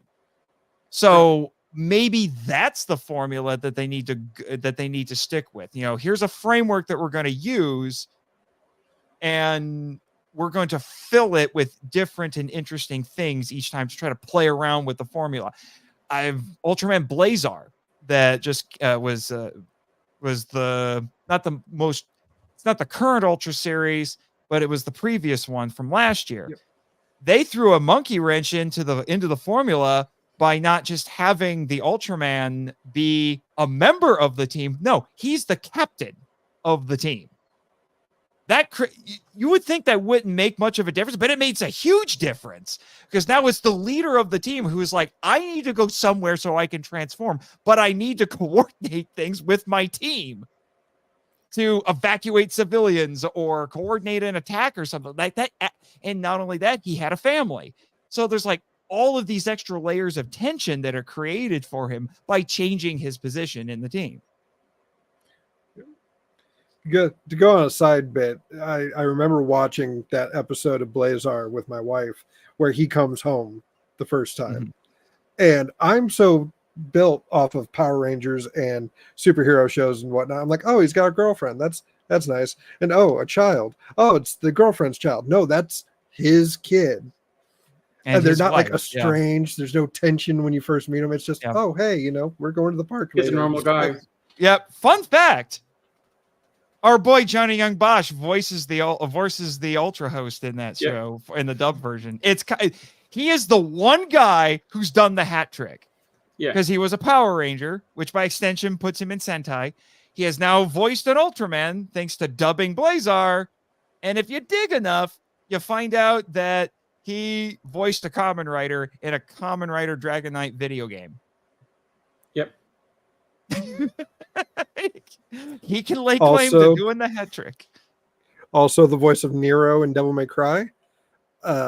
His dad Virgil, voiced by Eric from Time Force. Yeah. And in the new Netflix anime, they upgraded Mr. Young Bosch. But he sounds Dante. He sounds weird as Dante, though. I love Johnny Young Bosch, but he's weird as Dante. The first place I heard him as a voice actor was Trigun. Mm-hmm. Same. So did my wife. It was after we met him that we were passing by all the stuff you can get signed by him. And she goes, oh, Trigun. And I was like, oh, yeah, he's Vash. And she just goes, I've watched one anime in my life, and you didn't tell me that he's in it. I'm actually a little jealous that you got to meet him. He's one of the Ranger actors who's high on my list to meet.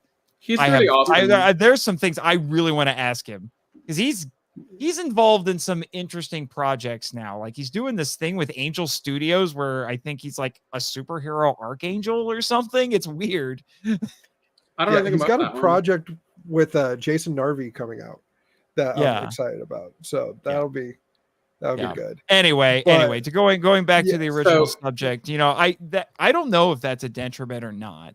To be honest, I don't think it was. I think it was okay after In Space to go the way they did. I think what hurt them was a lot of transition of power from Saban to Disney to Saban to Hasbro. And with that transition of power, the new contracts with Disney and then Nickelodeon and then Netflix. It was never a stable place. I think I'll have to go back and fact check this later on, but it is my understanding that Super Sentai has been on the same channel or roughly in the same time slot for the last 30 years or something. And that provides stability. You always know where to find it. You always know how to watch it. But with Power Rangers, when it left the Saban umbrella to go to Disney, I don't think people knew really where to go find it until they scrolled through TV on the guide and found it on Disney or something later on. Yeah. And then, I mean, I only found out about Dino Thunder on a really random happenstance of I'm channel surfing and I see a scene of Jason David Frank jumping off a cliff. And I'm like, that's Tommy. I wonder what this TV show is. Oh, it's Power Rangers. What? I think weirdly enough, I think I was always aware of there being a Power Rangers show on TV. Yeah. I just wasn't watching it most of the time. Right. And that was me after Lost Galaxy. I stopped for a good while. And then I came back in Dino Thunder.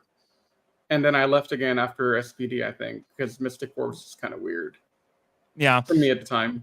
Yeah. I don't know. There's a lot of things that I think have factored into it, but that was in the past. I think what we're trying to figure out is what's going on now, because the circumstances now are different. We're in a much different environment with streaming and all of that. And I do think if you look back on what Hasbro has been doing with the franchise, I do think what you can chuck it up to, and I think this is why people are concerned with the auction, when I don't know if they normally would be as concerned.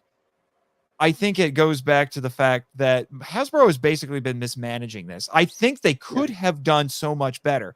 They let things that Saban during the Neo Saban era established, they just let them expire.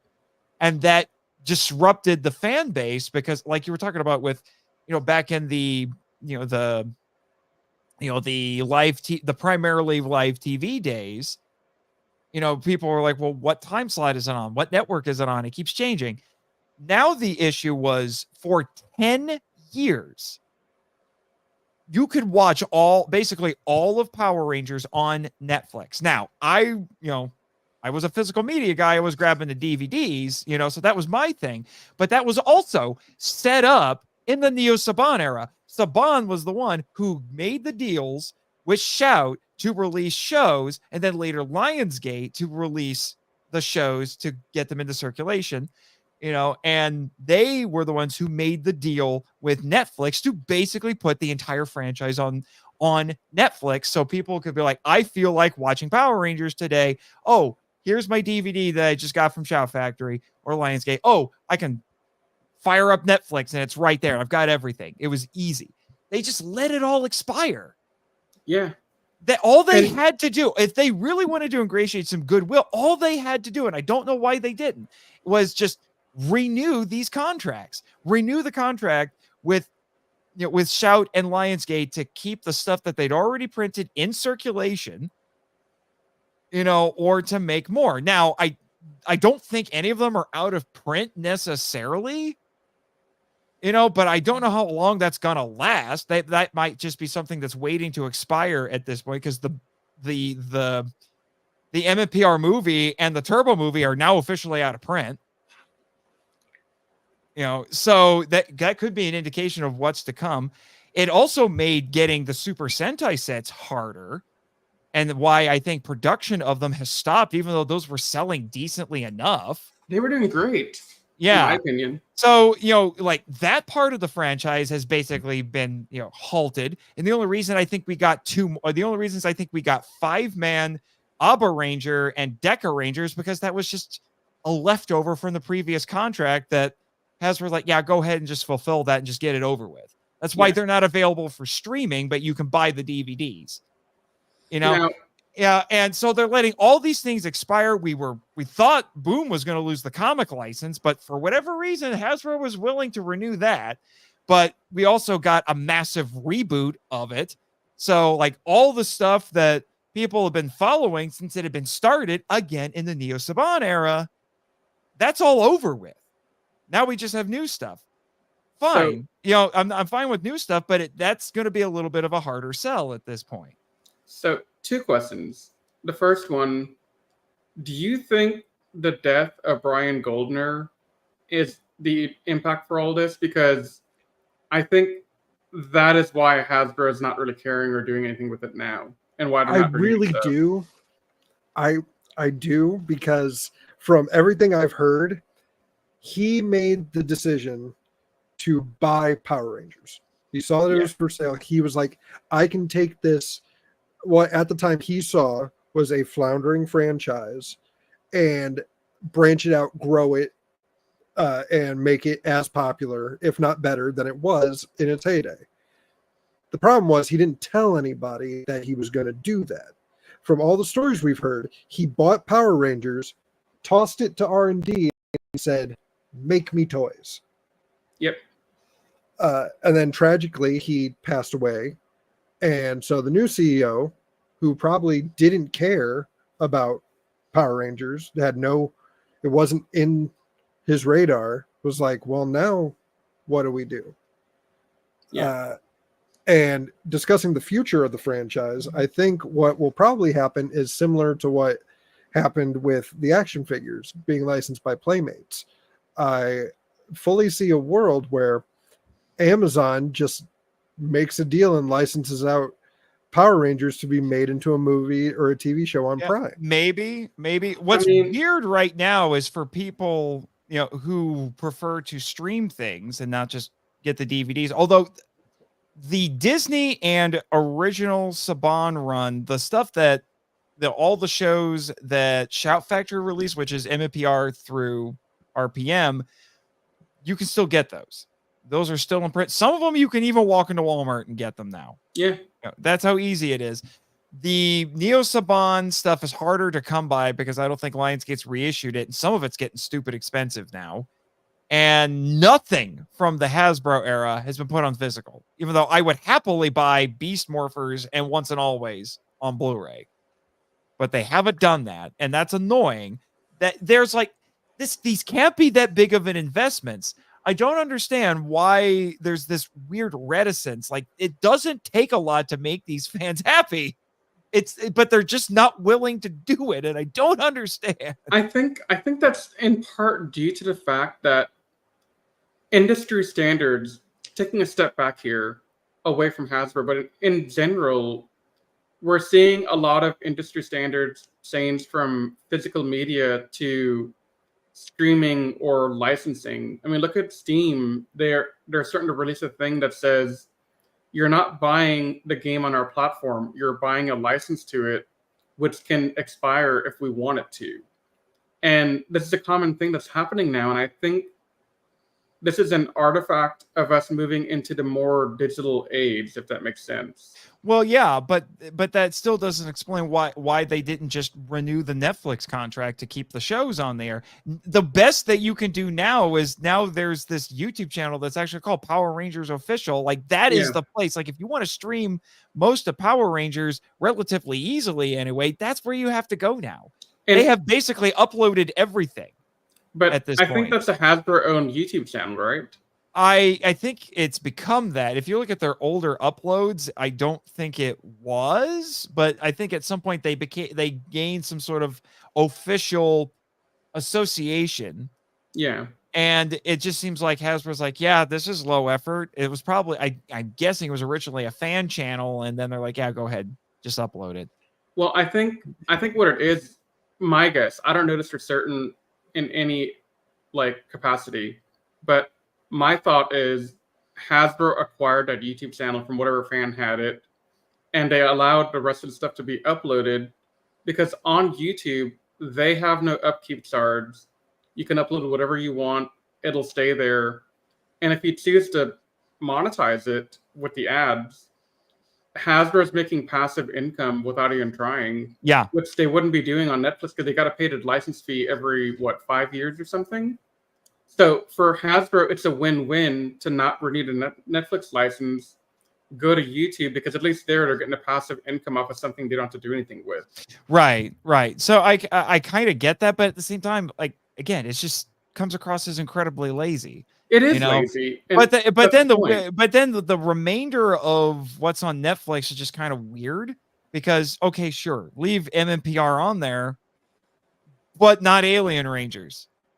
Yeah. Which means if you're going through MMPR, you're gonna end on a really weird cliffhanger.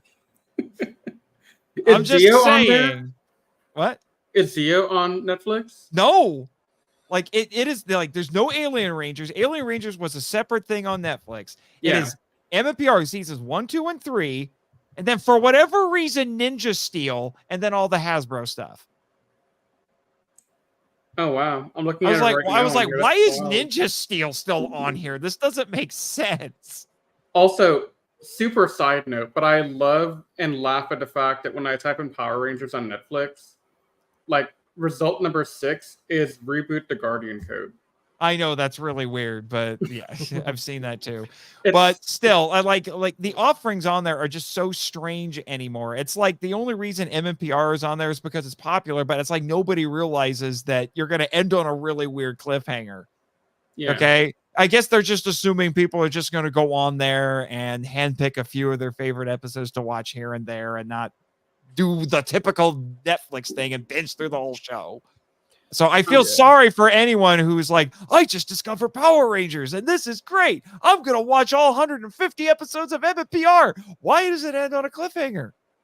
Is this really how the show ends? It just ends on a cliffhanger and then they're not going to know what to do with themselves. Yeah, I mean, Yeah. Oh, and Reversioned is still on there. What the frick? why is that on there still? Same Because episode. it's MMPR. George Lucas So they're- fine. It's Yeah. I that is the one season of Power Rangers, if you even want to count it, that I haven't watched It's not. all of it because I'm like, I've seen all this before, and trying to turn it in, trying to add in some Batman 66 special effects. This Who is so. cares? It was definitely a placeholder. I watched a handful of episodes just to kind of get a feel for it, and I'm like, okay, guys, if you're gonna do this, commit to the bit. Yeah. That was my biggest problem. It was just like, if you have to do this, commit to the bit. It doesn't happen often enough to warrant this. Guys. what's funny to me though is I was watching those. It was right after I graduated high school and I saw the commercials for it. So I was like, oh, hell yeah, Power Rangers is back on. Okay. Updated effects. And then I saw it and I was like, what is this? And what's interesting is I only remember them getting to Gung Ho. That's where they stop, I think. No, they then they went a little farther than that. Oh, they did? They did. If you look it up on Netflix, I think they actually got to some I think they actually may have done a few Zhu 2 episodes. It wasn't the entire season, but it was I at think least at the half very of it. least they got to Doomsday, but I only remember them ever airing up to Gung Ho. Yeah, that might be the case, but I'm just like, because the problem is that, like I said, these new effects happen, at least in the episodes that I watched, happen so sporadically. I was like, you can't justify your existence. Okay, this is not enough to justify your existence. Yeah, pretty much. Oh wow. And I They do have also, more and on here. I also think I think they edited some of the episodes and cut some stuff out using those effects, because I did watch Green with Evil. That was part of what I watched just to get an idea.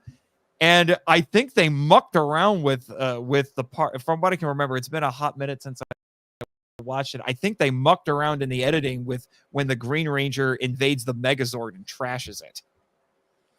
I think they screwed around with something in there. There's an edit in the original in that exact same spot that I've questioned entirely this entire time. It's Long Live Empress Rita. Punch, goes to swing at Trini and it cuts and kicks them out of the Megazord. And then there's another shot where he grabs Kim's Blade Blaster and goes to throw it at her, and it cuts to Rita reacting to the fight. So there's at some point you're like, okay, yeah, we can adapt this show, but we can't have him hitting his potential future girlfriend. Well, I guess not. But I think that's in the I think that's in Reversioned. what I remember of the original version is there was much less editing. Yeah. You know, in that, because when you watch the corresponding scene from Hoosier Ranger, they don't really cut a whole lot out. The No, not dialogue really. is very different, but they don't cut the footage all that much. Well, if you at remember, all. I mean, I think even your podcast, when you all did it on the Power Chamber, you guys mentioned that Saban was very cheap and lazy. They didn't want to put in a lot of effort. So they made enough American footage to adapt maximum Sentai footage. So they had no reason to cut anything out if they didn't have to. A little bit. Yeah. Like there are certain spots where we're going to use this Sentai footage of Barai teleporting onto a roof just long enough so we can cut away, but you can still see that it's an unmorphed Barai supposed to be Tommy on a rooftop. Yeah. But anyway, like but to go back to the original, to the original topic. It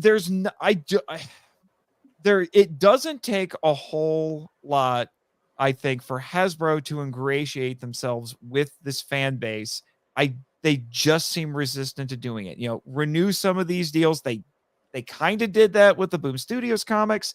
Listen to people when they say, hey, you need better quality control on the toys, stuff like that. And their response to that was, well, we're done making Lightning Collection and we're just going to let other people do it. Because they can apparently make better toys than us. That seems to be the implication. But the problem is they picked Playmates. Is that the name of the company? Playmates, yeah. Yes. And from what I've heard, so on Anime Secrets, we have a segment called Fandom Toy Box run by my friend Frankie Halsworth. And he has told me many times that for the most part, Playmates has a worse product than anything Hasbro could have ever done. So it doesn't make any sense to me why they chose Playmates to do it and why they didn't do it in-house anymore. Probably because I'm guessing Playmates just came to them. It's like, hey, we'll put a bid in for it. And they're like, sure. Yeah. It's just, they just don't care. Why do you think they're outsourcing, like that Rito figure I showed earlier? That was Super 7. They're outsourcing it to Super 7. Or, and Super 7 has been making basically I guess you could say higher quality equivalents of the Lightning Collection. Like you look at some of those like big figures that they're about the same in terms of scaling. They're about the same as the Lightning Collection, and they have some of the same sorts of accessories and gimmicks and all of that. And they were even producing some of them at the same time as the Lightning Collection. So it was like, if the Lightning Collection wasn't high end enough for you, you went and you bought those. The advantage the Lightning Collection had was it had more variety. Those Super 7 ones, they produced fewer of them, and they were basically just MMPR. Now, I will admit, they make a Rito. I'm going to fork over the $50 for it. So, Super 7, if you're listening or watching this, because I know you are, you'll get $50 from me. Just make a Rito because reasons. But it doesn't take a whole lot. That's what astonishes me. It doesn't take a whole lot, and they just don't seem to want to do it. I think the past owners of the franchise were willing to listen and put in effort. Now, maybe Saban was kind of lazy the second time around, but at least we got Dino Charge out of it. But we come back to that same question that I kind of started us with, I think. What is Hasbro's incentive when they have Transformers and G.I. Joe to kind of fill that void in their company? Yeah, that's the issue, which makes me think it's like the problem is that they're holding on to it because they want to farm IPs, and that's the problem. So basically, the only way we can probably get something better is if Hasbro sells off the franchise to someone else, whoever that might be. The issue is I think the only way that with how Hasbro is currently being run, I think the only way that's going to happen is people just stop buying anything that they produce. So we basically force them to sell. But I don't know but that also runs the risk that they just let it die and we get nothing. So I don't know. So unless somebody just goes to them and says, "Hey, I want to buy it back," I've been joking, but it would be hilarious if someone bought it back again. Well, I think You know? I think what would end up happening realistically is they might let it go dormant, might let Boom go for maybe another 2-3 years, and then let it go dormant, and then down the line, they might sell Power Rangers franchise and a lot with other stuff, similar to how I think that's how Disney got it originally. And if that's the case, then whoever the new owner is, they'll get Power Rangers and they might do something with it along with whatever else they bought from Hasbro at the same time. I love the prank that somebody pulled because it even fooled me for a few minutes, where someone claimed to a screenshot the trademark announcement for the next Sentai. and even I was like, please do that, because that would be hilarious. Where it was, did you see this, Rob? Yeah, I did not. Oh, you didn't see it, Rob. Whenever I have discovered that it's always an exciting time in the Sentai fandom when someone gets a hold of the documentation for the trademark of the name of the next Sentai. Okay, so it's coming up to that, and then somebody made this doctored image that said the next Sentai was going to be titled Mighty Sentai Power Ranger. Yeah. So Mighty Squadron Power Ranger. And people are like, wait, are they actually doing this? Are they actually just like it's all like people were like, did Toei just decide that if Hasbro's not going to make Power Rangers, we'll do it? Everyone got excited for a second. Do I have a screen sharing abilities here? Yes. You should. I did. And I so could you pop should, it on. yeah. So Awesome. Here, you have to see it, Rob. Okay, we're popping this up now. Behold the viewing globe. All right. I had to save a copy because it's that great. Oh my god. Mighty Sentai Power Ranger. And people got excited for a minute. Now, I will say, one of the guys in our Discord, he fell for it. And he thought it was a real thing for a while. And that was I did for a few minutes, and then after I did some digging, like I was like in the middle of sharing this around, like, guys, what is this madness? Is this actually true? And then as I was sharing, I'm like, oh wait, sorry, the prank. Sorry. No, I saw it and I was like, there's no way that's real. There's no way. But it was at least funny. It was funny for a while because people were making so many jokes. I was just like, what would this have been? It was like, oh, it's gonna be like the first Sentai set in America. It's gonna be in an American high school with, like it's like it was basically Toei remaking Mighty Morphin, that would be so funny. It would be incredibly funny if that like the American, what was it, like the what was it in that parody show that got grandfathered into Sentai? Because they had the Powerful Rangers. Powerful Rangers. Like if they just took the Powerful Rangers parody, took it seriously, and made it a Sentai, like that would be gloriously hilarious. I agree. You know what? This Transformers rabbit hole I fell in brought up a point that while they were doing the original series, they also licensed out Japan to make an anime of Transformers. Do it. Go ahead, Toei. See what you do with Power Rangers. Let's have our continuity with your suits. Let's do it.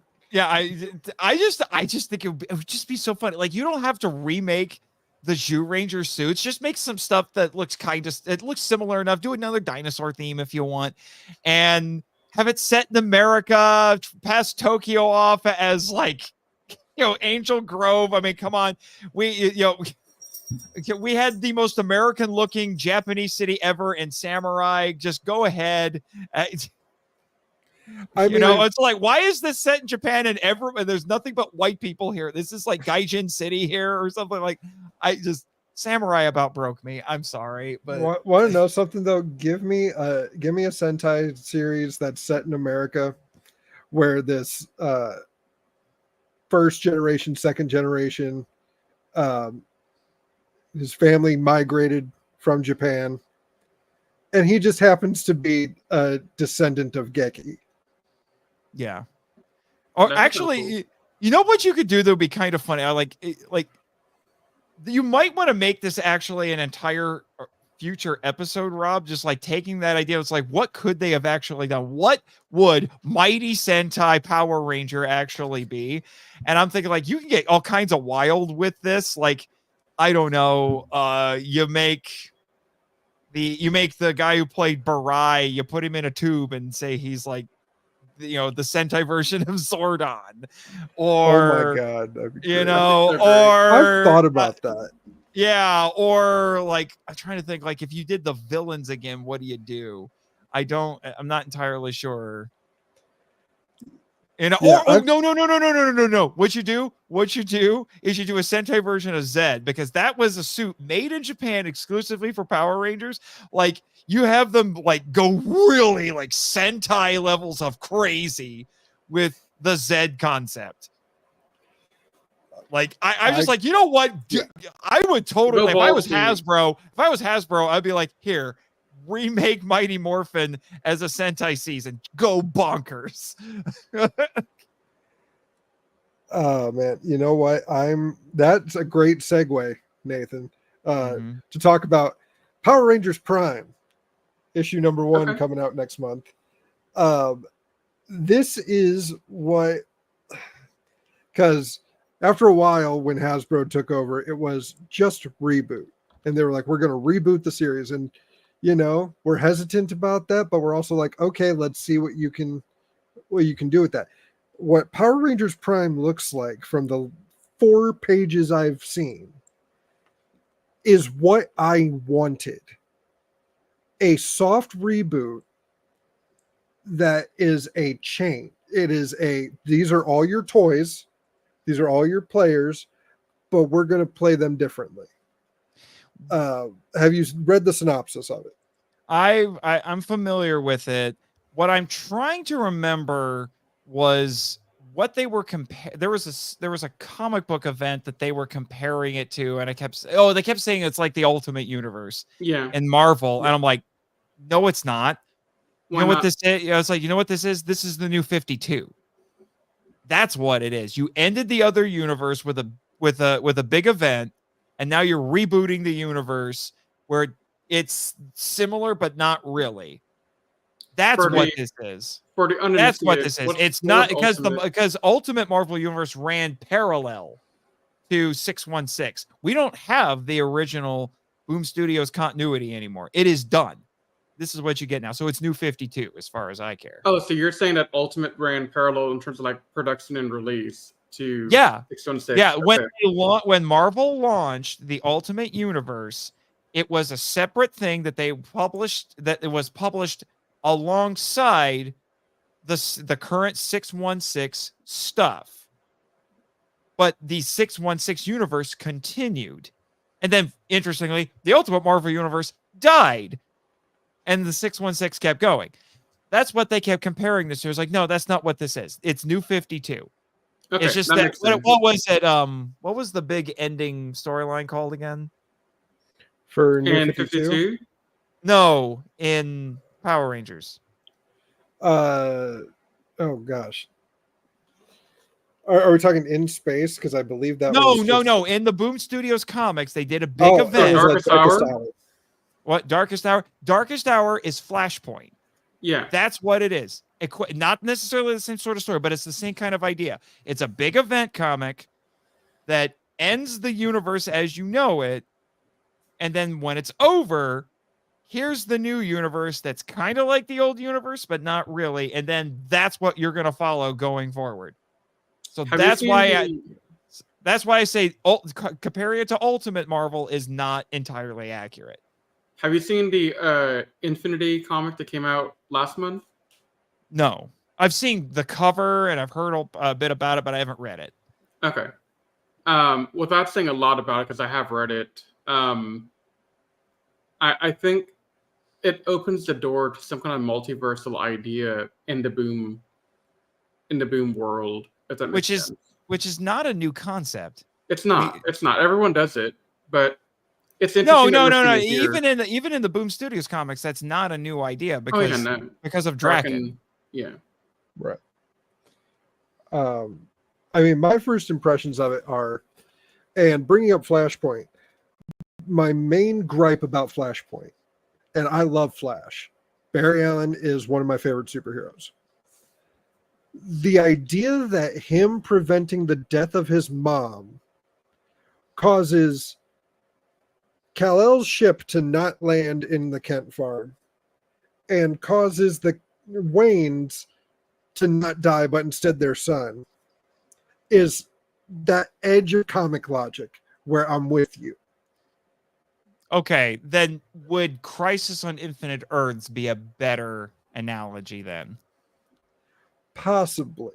But what I like about what I've seen so far is this reset of the timeline is essentially, spoilers if you don't want previews, guys, sorry. Eltar came to Earth's aid back in the 60s, 70s, or 80s. Mhm. Within that 30-year, Eltar decided that Earth needed help from aliens. And so all the technology got advanced. And so now our main character is one of our main characters now is at Angel Grove University. He's an Eltarian, and their professor is an Eltarian. But what it didn't do, because Eltar sorry, I'm getting interrupted by Cat. Hello, Kat. And what that does is you're then like, okay, well then why were Power Rangers made? And that's the story of this comic so far that I've seen. But what it didn't change was a family prophecy hundreds of years in the making that made Lauren Sheba, of all people, hide away to learn this sacred seal. And now she's on the run. Because of course she's the only power left. It's I mean, such a fascinating concept. if Boom thinks that they can, I don't think redeem is the right word. I think, make use of a wasted character. I think that's the best way to put it. Lauren because was a wasted let's be character. honest, when your brother is our Lord and Savior Jaden Christ, it's a little hard to compete. Yeah, it is. And Because good Lord, the levels of hero worshipping simpery in Samurai is kind of gross. it is. Yeah.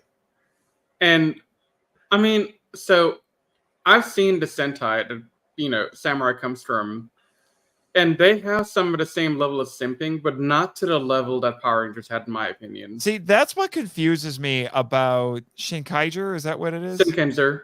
Shinkenger. Because I heard that they basically just adapted it almost exactly, other than the fact that, and this is like the one thing that keeps it from being bottom tier Power Rangers for me, is the people working on the show where it got a little bit of pushback on the producer, and they're like, okay, Decker and Dayu, their Sentai counterparts are kind of lame. We want to do something a little more interesting with them. Was like the one thing they were able to get past him instead of just adapting it exactly. Yeah. Yes. So I'm like, how can it be that close? Because I'm like, if Samurai is this bad, I don't think I want to watch this Sentai. No, so here's where Shinkenzer and Samurai diverge. And it's the contextualization of these Japanese ideas into American audiences' living rooms, right? Like, you have this white boy with a Japanese last name, and he's supposed to be like a Japanese lord. I think that's the story of Samurai, right? I'm not wrong. Yeah, Jaden it is. So, Yeah. Jaden Seba, he's some kind of descendant of the Seba family, but he's a white boy from, somewhere. If you played around with it, you could have made it sort of make sense, but they couldn't be bothered to do that. And Yeah. All else, I don't want to accuse anybody of any is or isms, but the optics are not good. I'm just saying. No. And then on top of that, the other thing that I found to be different, Sinkinzer's final twist, the big reveal at the end, really puts the entire season in a perspective that Samurai didn't do, because Samurai didn't copy that. Samurai did something different, and that hurt it, in my opinion. Yeah, I'm there's a not lot. gonna spoil it, but Yeah, there's a lot that hurt Samurai, but all that to say is if they want to take Lauren and do something with Lauren, more power to them. Dude, I think take all the characters who were never really given a chance to really prosper and let them have something to finally do. I would love to see what that would be an interesting team of Rangers to make. To be honest, it'd almost be like a less diabolical version of Suicide Squad. Yeah, all these characters that on TV anyway never really got a chance to shine. Lauren, maybe even the Phantom Ranger to a certain extent, maybe Blue Centurion. Zia from Megaforce. Good Lord. Okay, I am sorry. I have heard people who defend Gia from Megaforce, and I'm like, why? She got exactly 0 focus episodes, almost no character development. Her entire reason for existing on that show is I am pretty.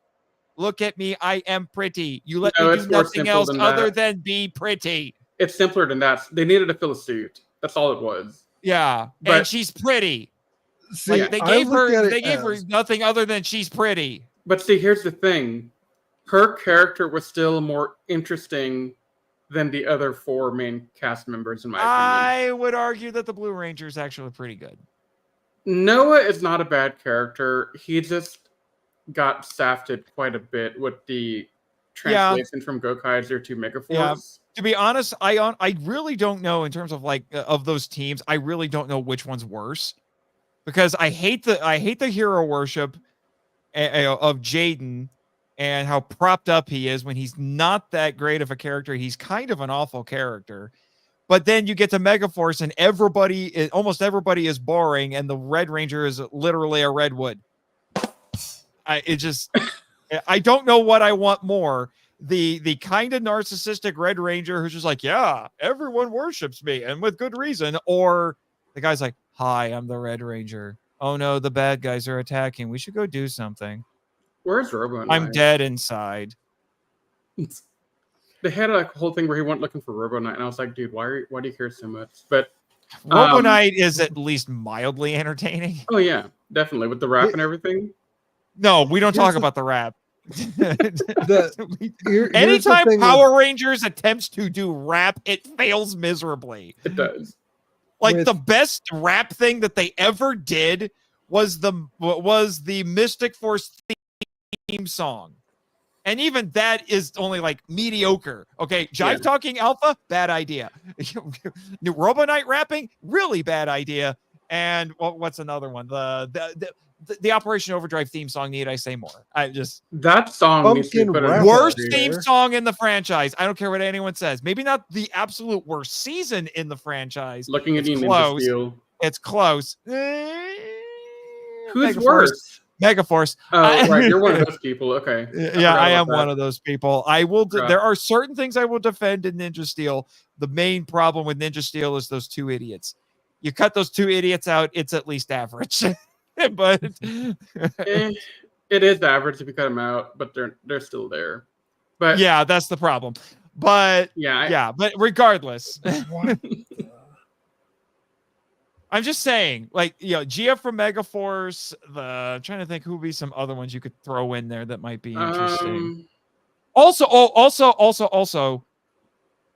the Ninja Steel is propped up by the presence of, I can't remember his name, but he was Mick. That actor is wonderful. He's amazing. I met him in person earlier this year. Yeah. His performance as Mick Kelson Henderson, that's what it is. His performance as Mick actually elevates the show. It does. And now he's in Operation Overdrive, and Norg is kind of entertaining, but he's not nearly as good of a character.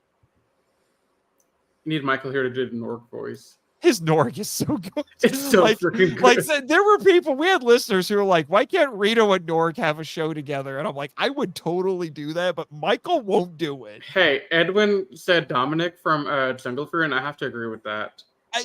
Yeah, he was underutilized. He's not an awful character. He was just underutilized. Well, I don't think Zia's an awful character because there's nothing to her. That's the problem. Yeah, it's such a blank slate. Right, there's nothing there for Zia. Dominic, I think, needed a lot Actually, more. and you know who else would be Who? great? I'm surprised this wasn't the first one we thought of, but probably because the audio drama is very fresh in our minds. Rocky. Yeah, because I don't even think about Rocky from Steve Cardenas' portrayal anymore. I think of your Rocky with Jimmy Lewis. Yeah, that might be one. But if we're gonna have Lauren be red, you'd probably have him come on as like Zeo Blue. So you have Lauren, Zeo Blue, the Megaforce Yellow. Megaforce Yellow. Like you can take these kind of overlooked or underutilized or just awful characters and put them into this Power Ranger Suicide Squad. And then make them cool. It's kind of like what DC did. What was it? The Secret Six. Yeah. I didn't read Secret Six, but I heard a lot about Secret Six, where the whole premise of the Secret Six was DC was dipping deep into their D-list characters that were like jokes. It was like nobody liked these characters. They were stupid ideas to begin with, and then they're just like, you know what? Make them the coolest people in the DC universe right now. Yeah. And they did it with this comic, from what I was told. One of their members was Catman. There was an actual Catman in DC Comics because apparently Catwoman wasn't enough. Let's make a male version of Catwoman, basically. That's barely anybody knew that this character existed. And then whoever worked on Secret Six is like, we're going to make Catman infinitely cooler than he has a right to be. And for what I understand, they managed to do that. That's what you do. You know what? If Boom did this, I would buy every issue of that comic book. Every issue. Oh yeah. Yeah. There's a lot of little tweaks I would like Boom to do, but I know they're nitpicky and they're not like the first question someone will ask if I bring it up is why. And yeah. I know. It's just on the film vault. Yeah. What is it? Okay, one of them I think would be kind of interesting is if Jen Scott's was Jen Scott and was a descendant of Jason, especially with Time Force. That's pretty cool. The hard-headed leader of the team being a descendant of the original Red Ranger. It'd be pretty awesome. Just a little letter swap. Well, the problem that, for what I understand, and this annoyed me because I actually looked into this because on the film vault, I brought in, spoiler warning for anyone who hasn't listened to the Monster Island Film Vault, I actually brought Corone onto the show as a different character. She was pretending to be another character because someone messed around with her head and kind of tried to bring a little bit of the Astronema out of her again. You just want your blue wigs and laces back. There were jokes about that. But, so she was this character named Miss Perkins as an homage to the actress. And, and then you find basically what it was that she had earrings on. And then there were these devices that were in there that basically made her very susceptible to suggestion. It wasn't mind control, but it was enough to get her to do things. The villains of the show. Well, I had her go away for a while, and then I brought her back, and there was some stuff in between to explain what she had been doing. She had been going off and revisiting certain places from her, from her history. Like I said, she went and she found what the crashed Terra Venture was, and took a look at that place again, and and all that. And then when she came back, I used an unused idea from Power Rangers. Because at one point they were going to make Corone in space. They thought about making her a ranger, and she was going to be purple. Purple, yeah. She was going to be a purple ranger. That fell through, and and so then when they're like, "Well, we got to write Kendricks out of the show. Who can we replace her with?" Cassie won't do it. All right, how about we bring Corone back? Make her pink this time. I had her come. I had Corone come back, and now she's a purple Power Ranger. You know, so I used that unutilized idea. Well, all this stuff, I had listeners tell me, it's like, you need to pitch this to Boom and make it into a comic. And so I actually looked into it, but Boom will not take outside solicitations for writers, but they will for artists. I was a little annoyed with this because I was like, I would have totally pitched this idea to them. Oh, my friend. Oh, no. Oh, no. Oh, no. Nathan. Oh, crap. How much disposable income do you have? No. Don't show that to any of my fans. I'm not going to hear the end of it. Oh, It's okay. It's purple wig. It's a purple wig. Godzilla, dang it. No, I like the purple wig. The purple wig, the blue and purple are my favorite of her set. Same. There's a reason why those were the ones that got the action figures. Yes. I still couldn't believe that Astronema never got action figures until Lightning Collection. You're kidding. That's insane. The Lightning Collection was the first ever Astronema action figure. Like, what are you freaking kidding me? They didn't have anything back in the 90s? No. And I know that because Melody Perkins was actually posting on social media. She's like, I finally got an action figure. But then, did they have a Diva Talks back in the 90s? I don't know. Now I'm kind of curious. Oh, that's the pretty Galaxy cool. Glider. Good Lord. They had, what the heck? Just the red.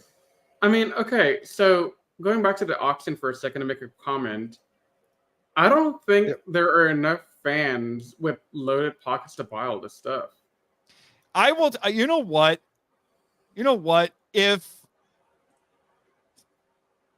I would be tickled to death. I don't want to say this because I don't necessarily want someone to try this, but it would just be so insane. But it would be like the greatest kind of like gag gift ever if a bunch of my listeners got together, pulled a bunch of money together, and bought that frickin' Astronema costume and mailed it to me. Just to screw with behind me. You.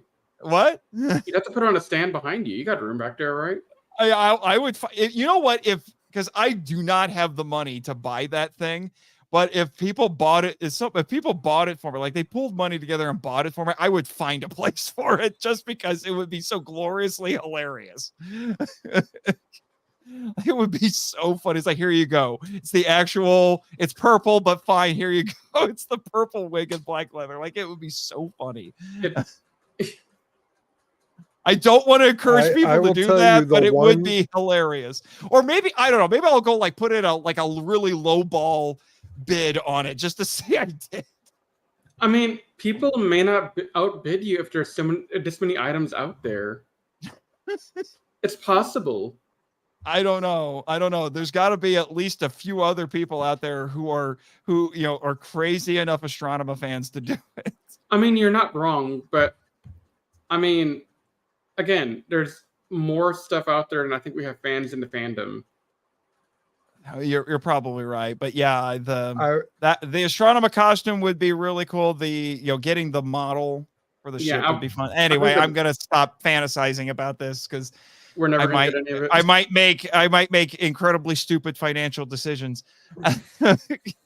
So just that, you know what? At this point, I will settle for the Zap version of that Megazord if it's still available. I will just settle for that. Just get it on eBay. Yeah. Because I don't know if it's still available anymore, but I thought about getting it. I've been wanting to get it for a while. Only for you, Nathan, and I'm going to shout out Carl. What?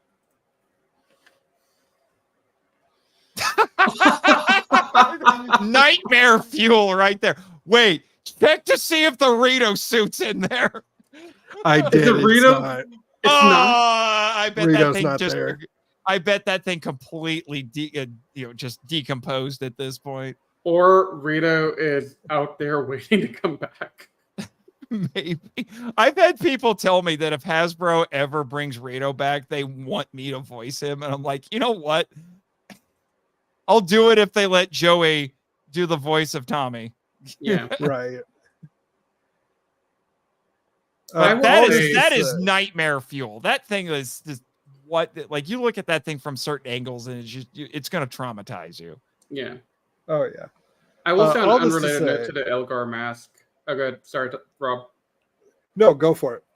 I was going to say, going back to the quote-unquote death of the Power Ranger fandom and where do we go next?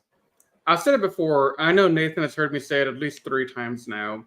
But in my humble opinion, Hasbro should just hire the Scyther group to take over Power Rangers and then get the guys from Zenith Media to do some of the visual special effects, and you'd have a solid production company right there. I don't know if you guys have ever heard of Power Rangers Rail Riders.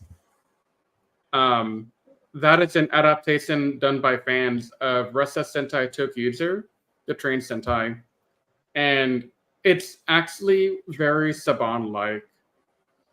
That train, Megazord. The train. I know have what I'm been talking told, about. I have been told that only happened once in that Sentai, but the internet has latched onto it. Episode 3 or maybe episode 4, and that was it. Oh, and Zenith did adopt that scene into their 5-episode run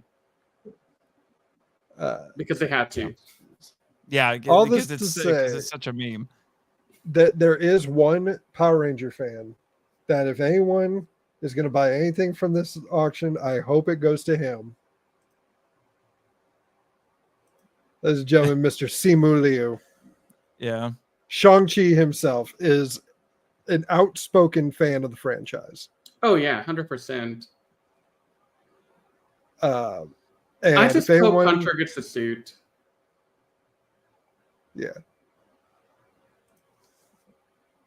But before my laptop freezes, we're gonna. Sorry, Shang-Chi. We're gonna. There we go. Yeah. Yeah.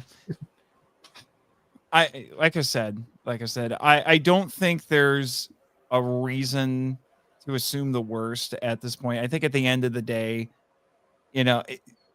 let's not jump to any conclusions here.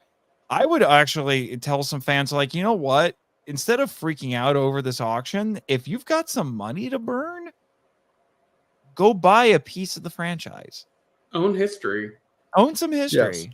Yes. Look at it in a positive light. It's like you have the opportunity to own something from one of these shows. So I would look at it in that regard and appreciate what is out there right now that is at least maintaining the franchise right now, regardless of what you may of, how these new Boom Studios comics, how Prime turns out, Power Rangers Prime turns out, the license got renewed. The comics are out there. You have excellent fan productions like what Carl is doing at Scyther. I started watching Power Rangers Unworthy because I heard people talking about it so It's pretty much. good, isn't it? Yeah, it actually is pretty good, and I do want some more off of it. And I was actually inspired to watch it because I watched that weirdo pseudo fan film, whatever the frick it was, on Tubi, and I was like, why? It was like, I'm sorry, I don't know what, I don't know. Anyway, before I rant master about that thing, I watched Unworthy, I'm like, actually, Unworthy's pretty good. You can see a progressive uptick in quality as it goes, to the point where it's getting attention from people who actually worked on the show. Yeah. And also I will admit, has everyone here seen Unworthy? I've seen bits and pieces of it here and there. Oh, okay, then I won't. They did kind of like a side story. The newest thing that they done is like this side story that they did to commemorate the 25th anniversary of In Space. And let's just say one of my favorite characters takes out one of my least favorite characters. A character who was the subject of what was quite possibly the most epic rant master I ever did on Power Trip. Was it in Ninja Steel? No. Thank you very much, Nathan, for reminding me of what I want to show. Trying to think of what other rank Please, masters that carry were on on. that level. I'll ask you later on DM or something. What, did something happen? Oh, no, it's not breaking news. We're going back to the auction one more time. okay. Okay. I was just like, what, something going on, Rob? But no, I'm just like, so I was like, well, I appreciate that, Unworthy. So, all of that to say, there are places where you can get your Power Ranger fix. And I would say at the moment, support that fan comic that's being made as a sequel to the 2017 movie. It's really good. I'm curious to find out if the people who make that consider Power Rangers Aftershock to be canon, because I liked that comic. It wasn't an amazing story, but it was decent. At some point, I'm going to try and drag Patrick Sky onto our podcast and have a talk about that stuff. You're welcome to join as well. Yeah, I would love to. I would love to, because, like I said, I'm an outspoken defender of it. And what am I looking at here? What is that? Oh no! What am I looking at? Oh no! It's the stupid nerd. Oh no! From Ninja Steel. They're selling his costume. Who's gonna buy it? I don't know. Watch, the actor will buy it. Yeah. Well, maybe I'll invite you guys on next week after this auction starts, or maybe once the auction concludes. We can, we'll see how much everything sold. Guesstimates on what the highest going item will be. I'm gonna guess that somebody's gonna wail and rise the price to at least 100K for something. Or something. I don't know the full list of. I don't know what the full list of stuff is in that auction. So I'd be curious to find out what would go for 100K. I don't know. I don't know, but I'm willing. It would have to be something huge, like somebody's got, like, I don't know, the Dragon Dagger or something ridiculous like that. Is there a Dragon Dagger? There's several. Well, not just from the original 93 run, but also Once and Always. Okay. So I just did a quick search on Jason David Frank. I'm just searching JDF. We pretty much have all of his suits available. Except Turbo. Well, he doesn't really claim to own Turbo all the time. Right, but in terms of each of them has the actor's name like labeled to the back of it. Just listed as having been worn by Jason is Zeo Red, Dino Thunder Black, MMPR Green, Movie White, and Movie Ninjetti White. Oh, that's cool. Yeah, I don't know if any of those would hit 100K. It would have to be something, like I said, pretty impressive to hit 100K. I will say, and I promise we're going to start wrapping up, guys. Thank you for bearing with me on this. No, you're good. I have a bit of a mystery on my hands now, gang. What's the mystery? Go grab Scooby, get in the mystery machine. We got a mystery. I'm looking at this item. 1993 to 1995, Mighty Morphin Power Rangers, Jason David Frank, Tommy Oliver, Green Ranger, hero costume. All right. What is that? Contains green resin fiberglass helmet, green spandex bodysuit with Jason in the label, pair of gold foam upper arm cuffs, white leather belt with foam powered morpher buckle. I thought that was interesting. Pair of white leather gloves with Satoru written in them. Pair of white gloves. But this is the one. Everybody feeling like tacos? Do you feel like tacos? Oh no!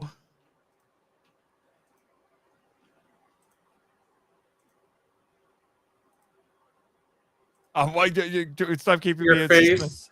Oh no! Wait, Is that hard taco? That's hard taco. That's hard taco, but it's being That's hard advertised taco. as a 93 to 95, a 93 to 95 shield. No way! Did they find the original Dragon Shield from Hoosier Ranger? They might have. Because that is hard taco. That is not, because soft taco is actually a little bigger. Yeah. And the hero shots they're showing are clearly Zhu Ranger. That Zhu Ranger. Did they get a Zhu Ranger suit? I think they got like a they Zhu did. Ranger suit. That might go for $100K. There you go. It exists. Because if they've got hard taco, that might get them $100K. Yeah. And then also there's a couple of these movie White Ranger suits where the shoulders are not on the shield, where it's just the black breastplate.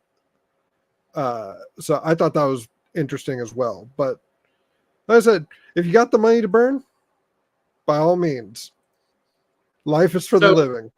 What is the so how does this work? Are they going to have like an opening bid that you start with, or do you just open with $1 for everything and go from there? So essentially, as I put on my rich person glasses, oh wait, I don't have those. It's the bidding will begin, and from the Friday to Saturday, or I'm sorry, the bidding will begin on the 18th, on Friday.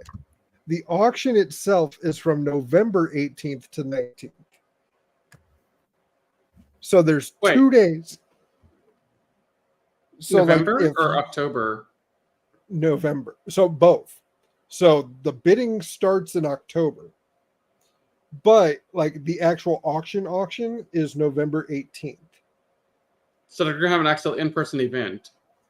So like if you're there and you're like, oh, I just go to these auctions and see what's up, that's when you'll go. Okay. In Dallas, Texas. That's not far from me. To which I Hold say, on. Heritage Auction, enjoy the shameful selfless promotion that I'm giving you. Yes, Nathan? I was just trying to process how that's supposed to work. They open bids on the 18th, but the auction is next month. That's what I'm trying to understand. I don't get it. How does that work? So basically what I'm seeing is there's a I'm not so by appointment only there are dates that people can go to, make an appointment to view all this stuff. Basically it's a tier system. So if you're really like jonesing for this, you're gonna start putting bids in for these items, and you might close on them, or the auction might happen and your bid is the starting bid and someone outbids you. Oh, okay. I get it. So even if I was to be crazy and I don't know, throw a $500 bid at the astronomer suit, someone might still be like, nope, I'm a 501. bigger Yes. Astronomer simp, $1,000.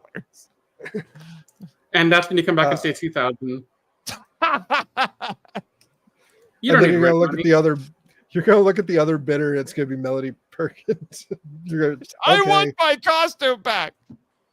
I Dude, think she lives in California now. She I does. wanna say. Yeah. Honestly, I think the fandom needs to give some respect to the actors and people who worked on the show. And if they see them bidding, you back off. Yeah, for sure. I will admit, I'm seeing that this astronomer costume is available. I already am. I'm gonna have at least a few people harass me over it. But what I probably dread even more is if I go to a con and she is there, my listeners are not gonna let me hear the end of it. And I should do something nuts like record myself walking up to her and trying to ask her out on a date or something just to shut them up. Do it. Please do it. Because I don't Well, know I don't know if she's married or not, so because I would not want to do it if she was. But Well, the thing that I don't know about her is I don't know if she's still doing conventions anymore. yeah, because I heard she was supposed to be at one a couple years ago and then canceled. She hasn't been to one that I know of since More Phenomenal Expo in San Antonio. And when was that? Before COVID is what I understand it as. Okay. I might be wrong, but that's what I understood as the last time they had her at any con. So she could have gone the way of like other actresses who no longer want to do it, like Patricia J. Lee. She's on the record as saying, "I'll never do a con because of how uncomfortable I felt at them with all the fanboys." Mm-hmm. Now she's too busy being a real hero anyway. Yeah, she's a firefighter now. Yeah. Yeah, it looks like the last time she was like really active on line. She hasn't been active on socials for a long time. Yeah. 2021. Mm-hmm.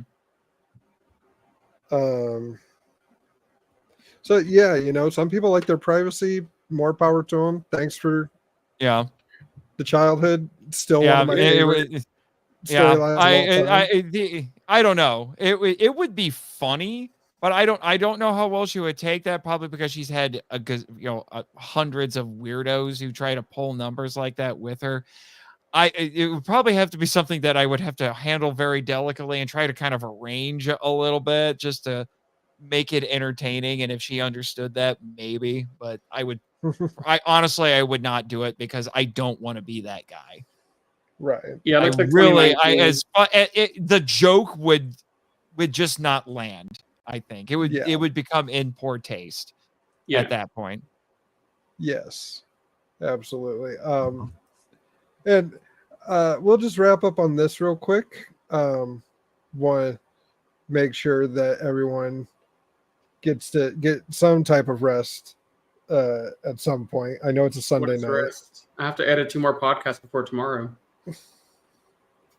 I know the feeling. I still have to send in some I technically have the day off of work tomorrow, so I'm going to be hanging out with a friend I haven't seen in a while, and working on that beast of a episode 100, and hopefully doing a little more work on my Rito one shot. And I really do want to get that done. It's become quite the pet project for me this entire I was scripting this thing, I think, back in January, trying to get it all ready. And Carl said there wasn't a massive hurry on it, so I've not been in a massive hurry to get it done, but now I'm feeling a little bit more of a sense of urgency because I'm getting stuff in, and the new season has started, and there are people who keep asking me for updates. I'm like, I am working on it. Calm the heck down, okay? I will get it done. Look, just be glad that I'm not one of the people bugging you, because I know you have a life outside of this. Right. But I do want to get it done because this is the first full length audio drama that I have done. Like, I've done audio drama segments on the Film Vault. I even launched the season with what I called a prelude that was nothing but story, but it was maybe 20 minutes long, and it was just a couple of scenes.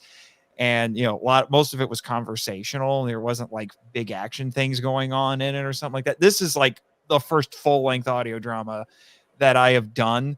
And after hearing feedback from Carl about it, because I sent him the script, obviously, and as I have been finishing scenes, even if they're not entirely done, like there's still some things I need to take care of in certain parts, but it's mostly finished.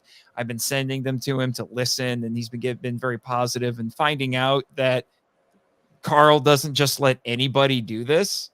Even though it's a fan organization, these are fan productions, but there's a level of quality that is expected now with Scyther, and finding out that I have basically just been doing all the right things instinctively this entire time that I have been working on this, and to find out that, Carl has expectations, pretty high expectations. Like, man, I'm just so glad that I pulled it off somehow without even knowing. So, I will be very happy to have it finished.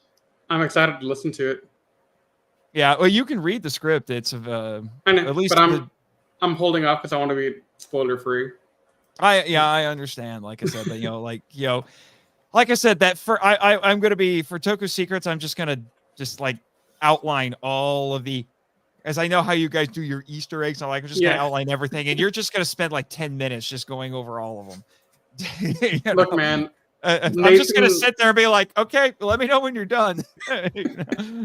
Nathan loves his Easter eggs, man. He does it on Toku. He does it on Jedi. Yeah. The other Nathan, not this Nathan. But Yeah. yeah.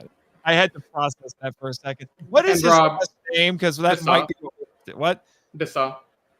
Okay, that might be what we have to do. I'm Marchand, and he's was it Desad? Desa. Desad. Yeah, that's what we may have to do it like that. I don't know. Or he's Nathan and I'm Nate, or whatever. Something. Yeah, but Rob, I've told both Nathans already. When I bring them onto my podcast together, we're gonna have an opening scene with a little fight to the death. There can only be one. Exactly. There can only be one. Yeah. And they'll fight for the title of Nathan on the podcast going forward. You know, I don't know how many people know this story. I tell this to a lot of people, but he's technically, maybe I told this to you guys when I was on for -1, but the Nate Collective, that I bring that story up. I think you have. I think I did. Rob, I don't know if you know this one. Did I tell you about the Nate Collective? All right, to make this a quick story. When I was in undergrad, there was a communications department retreat. I was a junior at the time, and so we go to this house, and there's like 40, 50 students there with all of our department professors. And we're all hanging out. We're sitting in this big circle in this big room with furniture all around. So we're all just sitting on sofas and chairs and whatever. And completely unplanned, because I just picked a seat and just, stayed there. I realized I was on a 3-person sofa with a freshman and a sophomore, also named Nathan. So as we're going around in a circle introducing ourselves, and it comes to us, we planned this bit where when it got to us, we just said in unison, "We are Nate." Everyone was laughing, disturbed, or both. And that became a running joke for all of us for the rest of the school year. I'm still friends with one of those other Nates. And to this day, I still bring it up to him on occasion. So every time I meet another Nathan, it's like, oh, you too are a member of the Nate Collective. He'll go with it. Oh man, I'll change names to hide the innocent, the not so innocent. So my last name, Buck, is actually a fairly common last name. I went to high school with 2 other people with the last name Buck, no relation. That's funny. Oh, just like how I have the same last name as someone who worked on Power Rangers for years, and we are apparently not related. I remember seeing her credit up on the screen. Like, I would just tune in randomly to Power Rangers one day, and I'd be like, "There's a Marchand who works on Power Rangers." I remember when we met, and I'm just gonna call him Zach to hide the innocent. And I remember hearing his last name, and we looked at each other, and he goes, "What's your mom's name?" Like, Kim. And he goes, "My mom's name's Kim." But his dad's name was Rob. So whenever Zach would get a detention slip or something that he had to get signed for a disciplinary action, oh no, he would give it to me.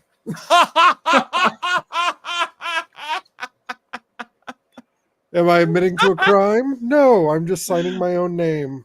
No, it's not a crime because you're signing your name there. It says sign if your name is Rob Buck. Yeah. So that's a pretty awesome wild. Story. I can't quite do something like that because I have 2 middle names. One of them is my second middle name is my mother's maiden name because her dad was an only child and he had all daughters. So this is the only way for the name to keep going, and it's sitting. So you can't really muck around with that. But my first middle name is my dad's name. So it would just be weird if I tried to go around and say like, "Oh yeah, I'm Joe Marchand." No, you're not. Meanwhile, I've never met another Rizwan. Hey, you're the one and only at this point. I mean, maybe. There used to be a website. There used to be a website you could go to where you could put your name in and it would scan through census data to find out how many other people have your name. I'll have to go look into that one day. I don't know if it still exists anymore. But when I did it, I found out I was one of 7 Nathan Marchans. That's pretty cool. I know there's a Rizwan Merchant in India, and he's a lawyer. He's like in his 60s right now. Yeah. Well, funny enough, I found out that one of the other Nathan Marchans is also a writer. Oh, that's So, cool. like, if you go on Amazon and you type my name in, you will find books by both of us. There's no way we ever get confused, though, because he writes, like, technical manuals in the 70s. And I write fantasy and sci-fi in the present day. So I'm like, okay. Hey, it runs in a name. Yeah. The unfortunate thing is I have a friend named Eric Anderson who, like, co-authors Christian devotional books with me. Unfortunately, there is another author with the name Eric Anderson who, we'll just say, writes salacious books, and sometimes people get them confused. Not good for the image. Not good Just for your was- friend's image. Let's say Yeah, that. that's what I mean. Not good for my friend's image. Yeah. Just want to state for the record, for all the innocent listeners that stumbled on us by accident, we talk Sentai with an S, not the other thing. Oh, yeah. I hate when people do that. The pine octopus, guys. The pine octopus. And you would think that's the other thing. No, that's Power Rangers. Yeah.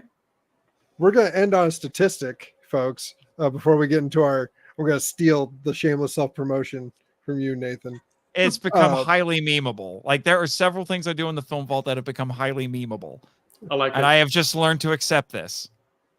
As of a certain time frame that escapes me right now, there are 1,314 people in the United States named Rizwan. Oh, cool. Hmm. Well, I'll have to go find him now. There They're can be You're only the one. only one. You're the only one I know. Well, I must rep the collective. But you know, I live in Indiana, so Oh, yeah, that's true. I remember you Same. telling me that. You're also in Indiana? yep. Go, We actually Hoosier only Rangers. live like I think we only live like an hour and a half from each other, but Have we've you never met? met in real life. You said go meet, get coffee. We're or something. trying to. We're playing. Yeah, we could have done it at a con because there was a con that we were both interested in. Actually, to make it even funnier for you, Riz, Tony, who plays Master Villius, Yeah. is also from Indiana. Now he lives like several hours away, like on the other side of the state. Yeah. Right, like down south and on the other side. It would take a little bit of effort for us to meet, but I've been telling Tony, it's like one of these days we need to meet, and then I just want us to call each other father and son just to see how many weird looks we get. With no context, like it's just like Dad, and he's like Son, just to see people flip out. That's I told you I met one of your cohorts from the audio drama in person, right? Huh? I told you I met one of your. Oh, have you? Which one? Yeah. He played Alex from the season 2. Oh, okay. I forget his name, but I've met him twice now. Yeah, there are several people. That from Scyther that it would be feasible that we could meet each other. Yeah. Like Shane, I think he lives down south. I forget exactly where. Tony lives in Indiana. I'm trying to remember where some of my other cohorts live. A lot of them live in like New York or California, I think. It was actually really funny. We met him at Ranger Stop and Pop in 23. And Nathan was with me, and Nathan turns around and sees a guy dressed as Wes. Mhm. So he starts the conversation saying, "Hey, I like your Wes cosplay." And the guy says, "Thanks. I'm dressing up as Wes, but I really prefer Alex because I play Alex on the audio drama." And my ears perked up. I was like, audio drama? Audio drama. Like Carl Dutton If audio drama? I could put a Rito cosplay together, I would figure it out. I would genuinely figure it out. But it's funny. I can't meet my original actor. Yeah. because he's no longer with us. When I found that out, I was a little sad because I've heard other stories like the Ranger actors are like, yeah, I went and I got to meet JDF, or I got to meet the, David Yost, and blah, blah. I was like, I can't meet Rito. It's actually he's kind cool. of dead. Yeah. I was watching a fan film last week called The Light of Moran. It's a short film, maybe like 40 minutes long, and it's an alternate telling of Megaforce, focusing on Zia, giving her a whole backstory, and it's actually really good. Mm-hmm. Somebody had to.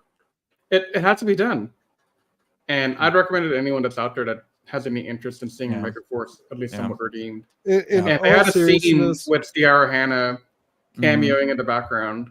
Oh, that's kind of funny. The reason why it gets love is, I think, the same reason why Blake Foster finally is getting respect. It's because they also showed a love of what they were doing. Blake Foster. That's another one that you could throw onto our pitch to Boom for like the Suicide Squad of Power Rangers. Throw Justin on there. Yeah. Look, Nathan, and, I'm gonna make him make sense.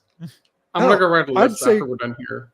So, we got soft reboot it with just Mountain Blaster and Justin just down a desert road, just going down Route 66.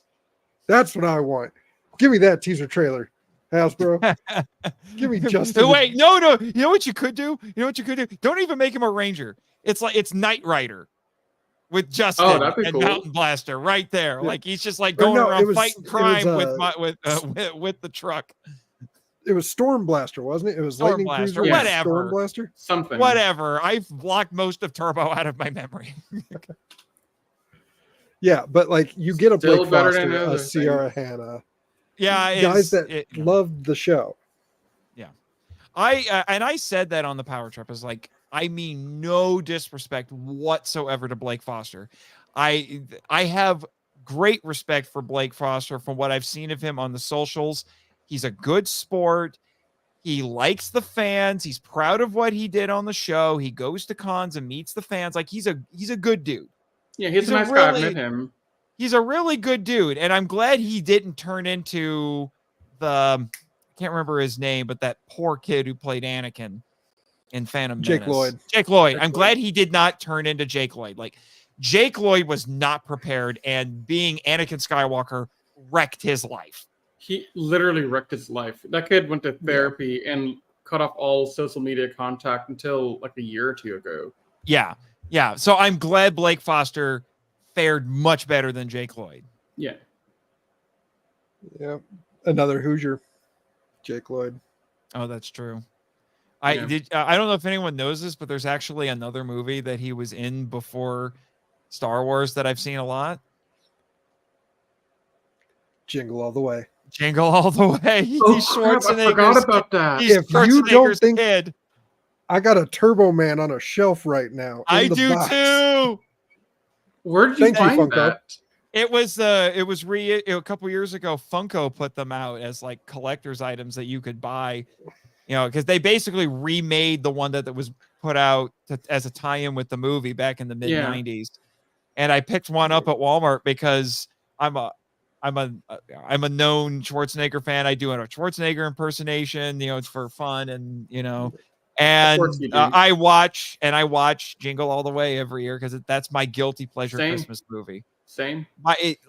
For my sister, it's Jim Carrey Grinch. For me, it's Jingle All the Way. So I'm not a fan of the Grinch. It's a different. I prefer the cartoon. Same. Yes, I prefer the original cartoon is top tier. I will accept no arguments other than the book. Like it's like book way at the top, original cartoon, and then we can debate everything else. But what age bracket is your sister in? She is in her early 30s. That's interesting that she gravitates towards that so much. Then I didn't think that. She was about 8 years old when she saw the movie. 9 years old when she saw it. Yeah. It was 2000. That movie was made in 2000. Oh my God. I just gave my sister's age away, but You just Looks like your show has just been canceled. I was like, wait, what happened? Oh, I forgot. He has video cues. I didn't know that was a thing you had. Oh yeah, especially when Lord Soundboard with Zed. sound effects. I got a soundboard with sound effects. So Yeah, I think Lord a Zed soundboard. creating a third team of Dark Rangers. Oh man, we're doing this story again? How many times have we done this, Matt? 100,000? Fun fact, his brother was in another Americanized Tokusatsu adaptation. Dragon Knight. No. Superhuman Samurai Cyber Squad. Or I'm thinking of somebody else. You're so Ben Savage's brother is Fred Savage, the That's Princess right. That's Bride. right. Oh, I thought you were That's talking what I'm about Right. thinking his. of. The No. other guy in that scene, Ryder Strong, the guy who plays his brother in the show, He's is in Servo. Dragon Knight. That's what I thought Oh, you were Servo. talking Yeah, that's about. what I'm thinking. Yeah, Servo in Super and Samurai Yeah. Cyber Squad, which that was a Subaraya show. And I Oh, yeah. think I was into that for a while. I was into that way more than Power Rangers. And I wonder if because of that is why I love Ultraman as much as I do now, because Well, Gridman is just thinly veiled Ultraman. Have you seen Gridman? Yes. baby, The anime? dun, dun, baby, Oh, no, I mean the dun, live dun. action. And I've seen the Toku show too. Yeah. Okay. Yeah, we The reviewed. subtitles are awful. I struggled when we did that review series. I think last year, because the subtitles are so Gridman hard. will always be Servo to me. I've learned to call him Gridman, but I also know that because I've seen both shows, Gridman and Servo are very different characters. Because Servo is not an independent entity. No. Gridman is, but every time I see it, my mind still says Servo first. So Where can I watch the American version? it was released on DVD, but now one of them was worth $200 and the other one's dirt cheap. And I know people have done some VHS uploads for it on YouTube, but that's about the best you're going to be able to do unless somebody gets crazy at Mill Creek and grabs it. But I will tell you this right now. It's hard to watch. Oof. Okay. If you thought Power Rangers was and Masked Rider and some of that was really cringy, I tried. Like I could barely force myself through some episodes because it was painful. Now, I'm like, the nostalgia can't save this, because I would watch it and be like, man, you had less money than Power Rangers, didn't you? You have like 3 sets. Like it's like school cafeteria, school hallway, bad kids bedroom that you can barely see, and that's about it. And then the Tokusatsu portions come up and it's amazing. You Now- know where the budget went though. Where? Kilocon. His voice is Tim Curry. Tim Curry. That is the one thing they have over the original show is Tim Curry is the bad guy. And it's amazing. That is amazing. I didn't know that. Yeah, but here's the crazy thing. Cyber Squad is, as in terms of an adaptation, it is not all that different from Gridman. It's just that clearly Gridman had more money because they actually would do things like go outside and film. And, so they didn't just limit themselves to 3 sets. Oh, wait, no. And then there was the main kid's basement. So it's like the main kid's basement, school cafeteria, the school hallway, which is basically the same set. It's just attached to the cafeteria. The bad kids, like bedroom, but it's just really dark. All you can see is his computer screen. And then the basement. And they tried to make a whole show like that. I always thought the evil lair of Malcolm Frank, because I have the thing in front of me, Malcolm was... Is it Frank or Fink? Malcolm Frank might be Frank. Whatever. Doesn't matter. I always thought it was a janitor's closet. Like I thought he was in the high school still, and just be like, here we are. Because there are scenes I remember of him with a laptop talking to Kilocon through his locker. Yeah. Like he's got the thing opened up. People are walking past him, and he's like, But how will that stop Servo? Yeah. Meanwhile, you've got Tim Curry just being Tim Curry, using the same footage. Like every time Kilo Khan's on the show, it's just the same shots that they just recycle in every It's the same. Look at It's, this. it's like I am Kilo Khan, and it's just like doing all the same gestures, like they just. Which, in their defense, I think Gridman did the same thing, but it's also weird because Cyber Squad is actually 10 episodes longer than Gridman. How did they manage that? They just recycled some of the same footage in later episodes. God. And they took their Screech character and did what Saved by the Bell was afraid to do and actually made him an alien to write him off the show. So they could bring in another guy who was not nearly as memorable. Yeah. Because he was like a surfer dude, bro. And I remember I missed the episode where where the other character left, and I'm like, where did the other guy go? Who is this? What? But I can't really watch the show now. Like I try, and I'm like, it hurts so much. The nostalgia cannot save it. Like it hurts.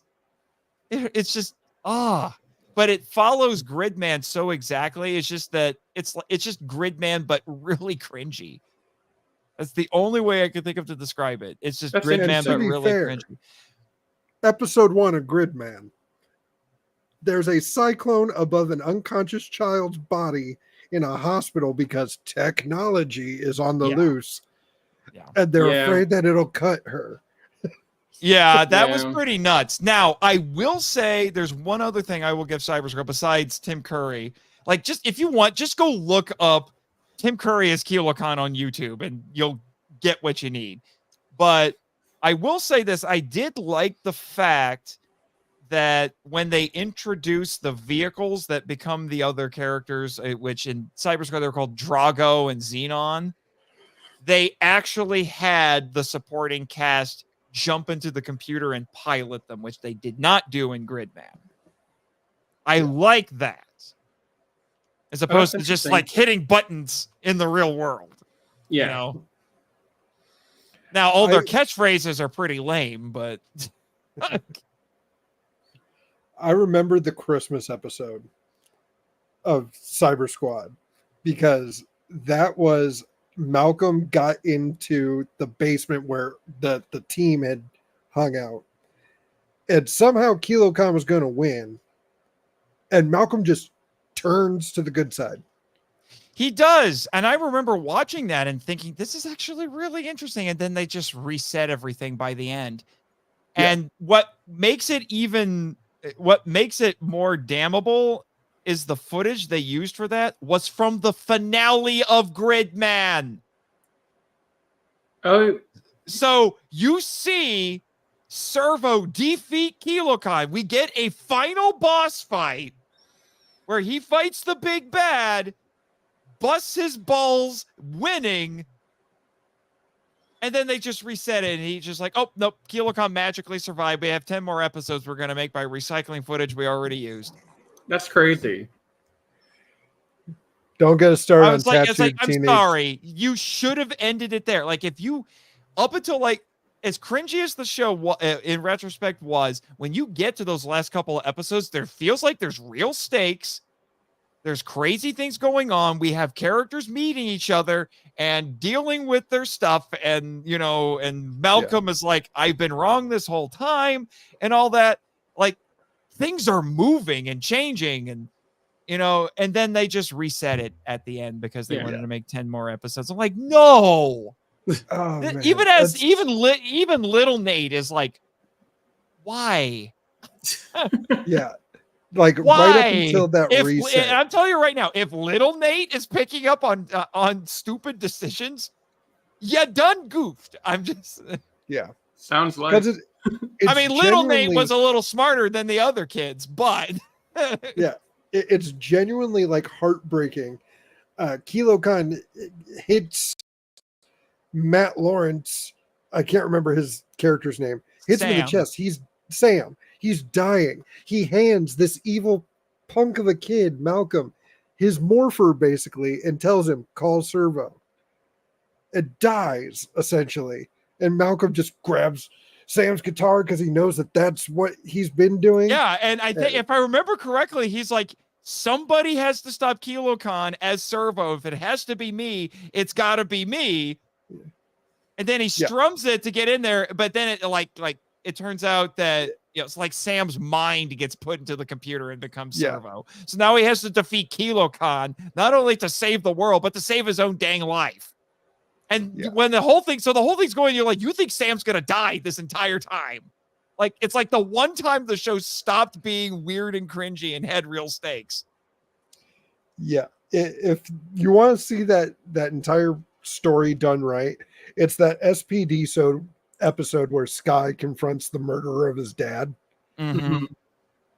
That entire sequence of Jack being like, bring him in, and hands him his morpher. That's how you did it. That's how it should have happened. Minus a villain, but Yeah.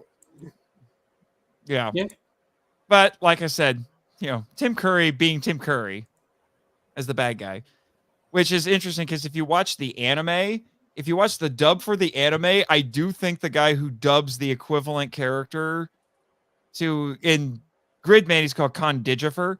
Yeah. The equivalent character in the anime, the guy who dubs him tries to emulate Tim Curry a bit when he dubs it, because he uses some of the inflections, and then the script actually puts in some of the Kilo Khan idioms that were exclusive to him, like he calls humans meat things, which Con Digifer doesn't do, at least in the awful subtitles that I got on that Blu-ray. But but the meat things, like that was a Kilo Khan exclusive, and it's that Tim Curry delivery that really sells it. I can't tell you how much time I spent scouring the internet trying to understand the subtitle origin, and hoping that what I found was somehow a fan dub or something, like a fan sub of it, only to find out that was the official release.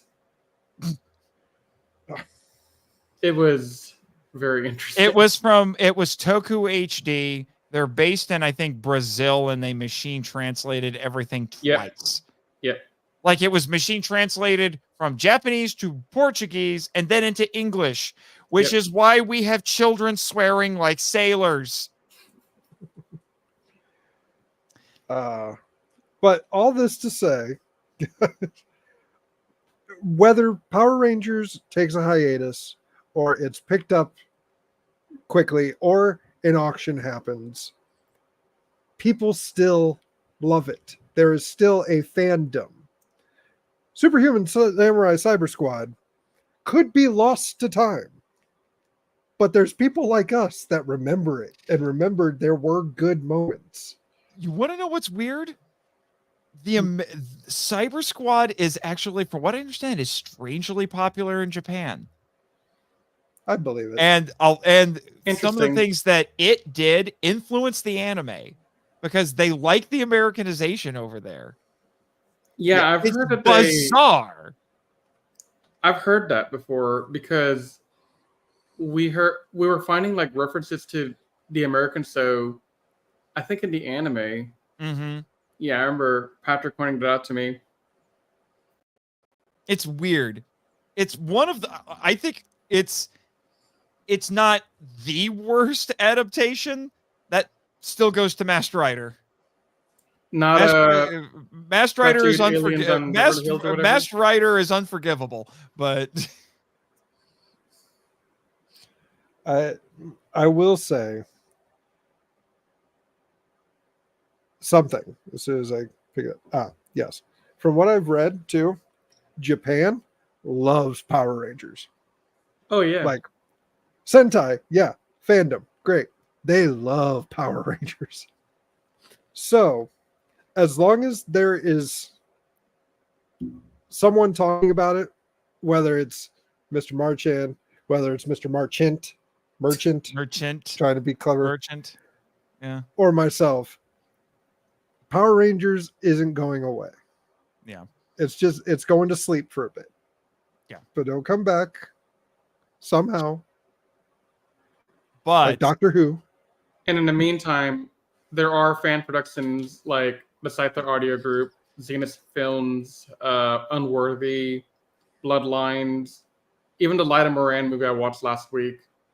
So there's plenty of content out there to satiate your need for new Power Rangers. It may just have to be a time, and there have been other franchises that have gone through the Star Trek went through it for a while. Star Wars went through it. Went through it where there's still stuff being made, just not in the most popular mediums, and but it falls to fans to make their own stuff to keep it alive.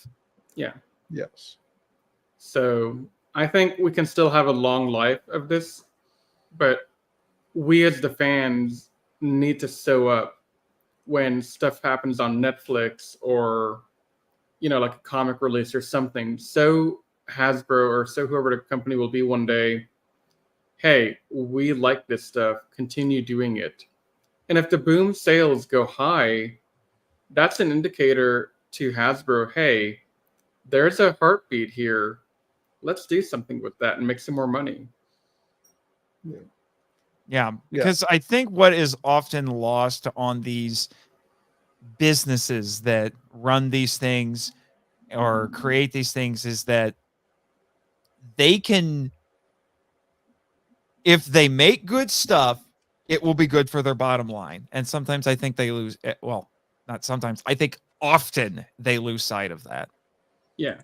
And sometimes I think they lose sight of the fact that it doesn't take a lot. Yeah, not at all. Yeah. Doesn't take a lot. So with that, I would like to thank Rizwan Merchant and Nathan Marchand for joining me for this 3-hour discussion and geek out talk. I was to say, if it wasn't just on the original subject, we went on a lot of tangents, but as for the shameless self promotion that I completely derailed, I think we've offered plenty of it throughout it. Riz has plugged his podcast. I plugged my podcast. The only thing I'll add to it, talked about Scyther. The only thing I'll add to it is check on my author website, Nathan J.S. Marchand, where you can keep up with all the stuff I do as a writer.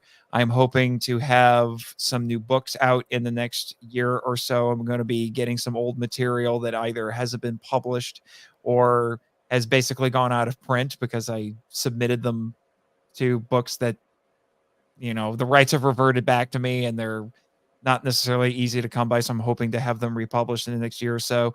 I'm a contributing currently right now, a contributor to Kaiju United, which is becoming one of the premier kaiju websites on the internet for your kaiju news and analyses and things like that. And I also contributed an essay to a little Rondo Award nominated book called Giant Bug Cinema. I got saddled with writing about, it's a book about movies. It's review essays of movies that have giant insects in them. I was saddled with Monster from Green Hell because I came into the project late and nobody else wanted it. Giant wasps in Africa in the 50s. Lovely. Not the worst thing I've seen, but whatever. So, but like I said, the book got nominated for a Rondo, so I helped make that happen. So, those are just the extra things I'll just tack on to all of them. Just to, keep it breezy. So for me, animatesecrets.org, we have 3 podcasts that we support right now. Animated Classified, Jedi Squadron, Toku Secrets. You can probably figure out what each of these podcasts are on from the title. So I'm not going to bore you with that. We have a pretty active YouTube channel. We go to conventions across the country and we film various events and put them on YouTube for people who can't attend in person. Most recently, I went to a convention here in Houston and covered voice actor panels from some old 90s animes and current anime like Dragon Ball, One Piece, Yu Hakusho. That was pretty fun. So check it all out. We have a lot of stuff coming out in the future. But yeah, those are my shameless plugs. And as always, you can find me here on the Power Chamber YouTube channel, on the Power Chamber, the Power Chamber podcast on the Heyyy Buddy Network. That's Hey with a YYY.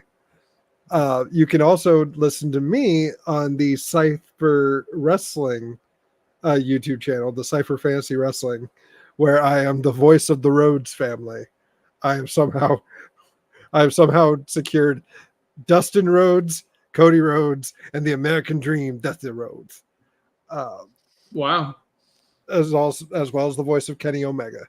So most of my wrestler impersonations are old school wrestlers, so probably not going to get it. Let me tell you something, brother. Or I got you for 3 minutes. 3 minutes of playtime.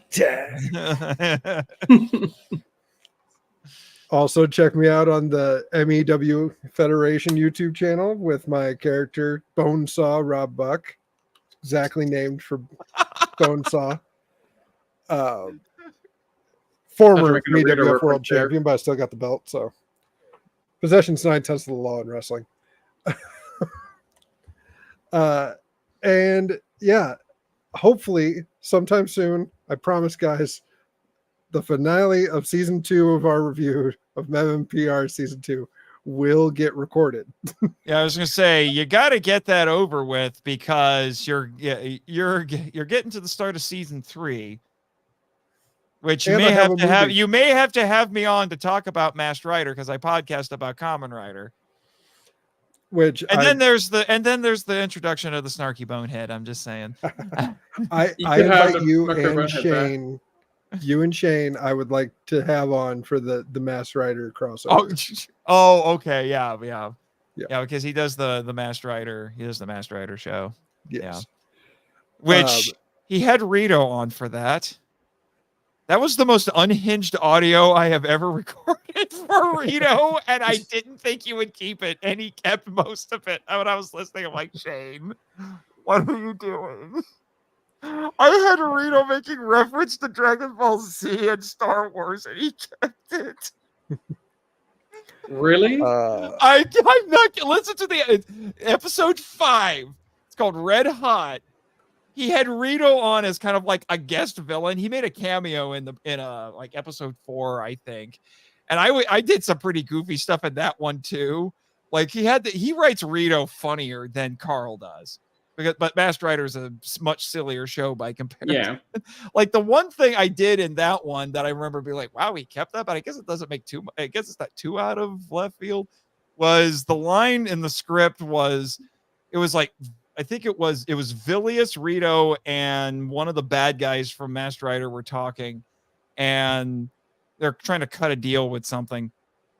And Rito's told to be patient, and the line was patience is a vitamin instead of a virtue. And then I just tacked on, and I think it's a Flintstone. How the hell do I know that?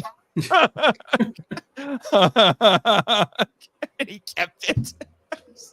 But the most unhinged one was he's in episode 5 as like a guest villain toward the end, and he picks a fight with the main writer at a construction site. And I was just throwing out the most ridiculous things, and he kept most of it. There's a scene where Rito literally backflips on top of a bulldozer to avoid getting hit by Chad. And I had him talk about having the high ground. Oh my God. I have to go listen.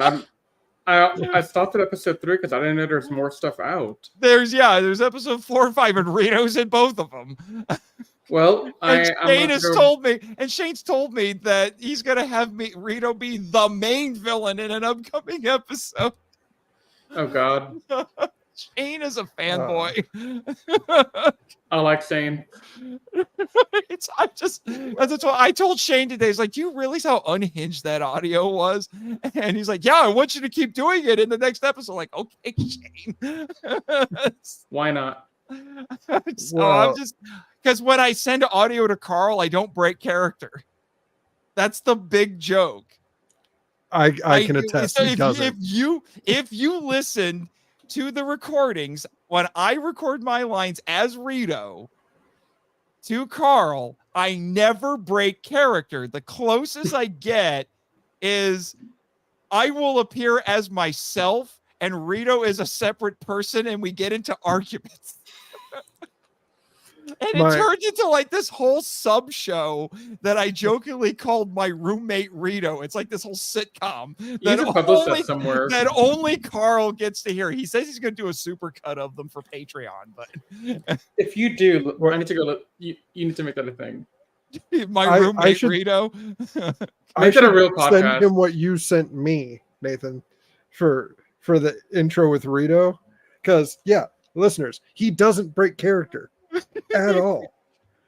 And you were going on the last bit of it, and I think it was hey, what's this post-it mean? Feed Skeleturtle. And for some reason, Rito didn't realize what he was saying. He goes, post it. I don't understand, Bob. And then moves on, and then comes back to it and goes, wait, I think I got it.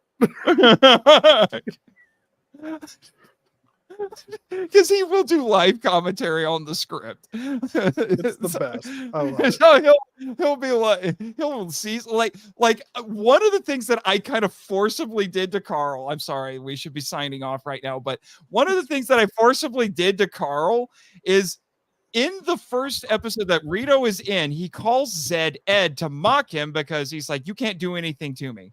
I can get away with it because you can do exactly nothing because my dad's got a hold on you.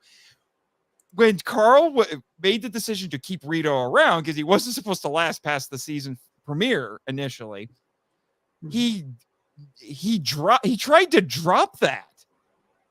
He tried to drop that because he wanted Rito, because now the status quo had changed and Rito's now a little scared. So I did, but I'm like, no, Rito's not going to do this. Rito won't do it. And like, and when I was reading the line, Rito would say like, no, I'm not going to say this. I'm not going to say this. I'll read it for you like you want, but I would not say this. So he would just say something to get around it. Like he would just, like mockingly say like, oh, the Emperor or something like that. But I was adamant that Rito will never call him Zed. He will always refuse to call him Zed. And it stuck because he never had Rito call him Zed. Every time I listened to an episode, he never used a take where I read it as Zed. That's awesome. It was always either Ed or one of my workarounds. It's the ownership you've taken of Rito too. Like the first time Rito called me Bob, I was like, that's how it is now. Like when I wrote the script for Rito, I was like, he's calling me Bob.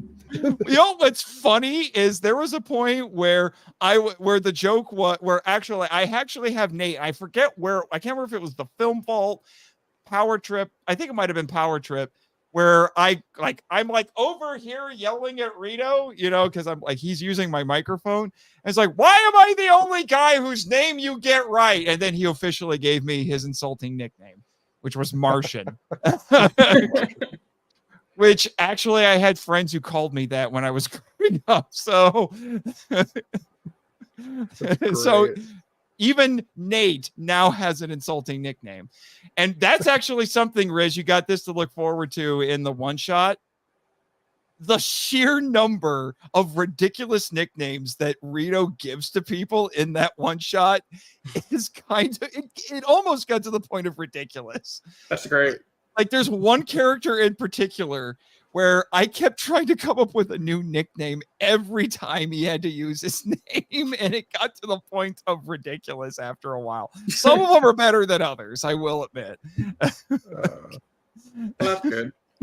I'm looking forward to it. Yeah, and it's actually a Kaku Ranger character that I very much reimagine in this, but like the names. As I've been editing it, I'm like, man, the names I came up with. Well, dear listeners, my buddies, I'm so close. Let me get through all 3 seasons of MPR, and then I'll call you my listeners with attitude. I don't know. I don't know. Michael and I have kind of trademarked that. Yeah, that's a little bold on your part. Yeah. Hey, now I'm not taking anything, so Hey, I have had people who I had another podcast called the Cellcast that asked for permission to use Rant Master. And I gave them permission, and they did me the courtesy of putting like a little like fine print little disclaimer at the end that says this is copyright Nathan March of the Monster Island Football. And every time but did they contact you on the island and ask you in person and try and get your permission only to be met by it? Maybe. I don't know. I'm just messing with you. End this thing before we go on for all night. Yeah. Thank you so much for checking us out. 3.5 hours. May your fandom never die. May your boneheads always be snarky. And may the power protect you. The Power Chamber is a proud member of the Heyyy Buddy Podcast Network. Please visit heyyybuddy.com to find links to all of our social media, as well as our official merchandise store, heyyybuddy.myspreadshop.com. Remember, that's Hey with a YYY. The Power Chamber has no affiliation with Hasbro or Saban Entertainment. All clips belong to their respective owners.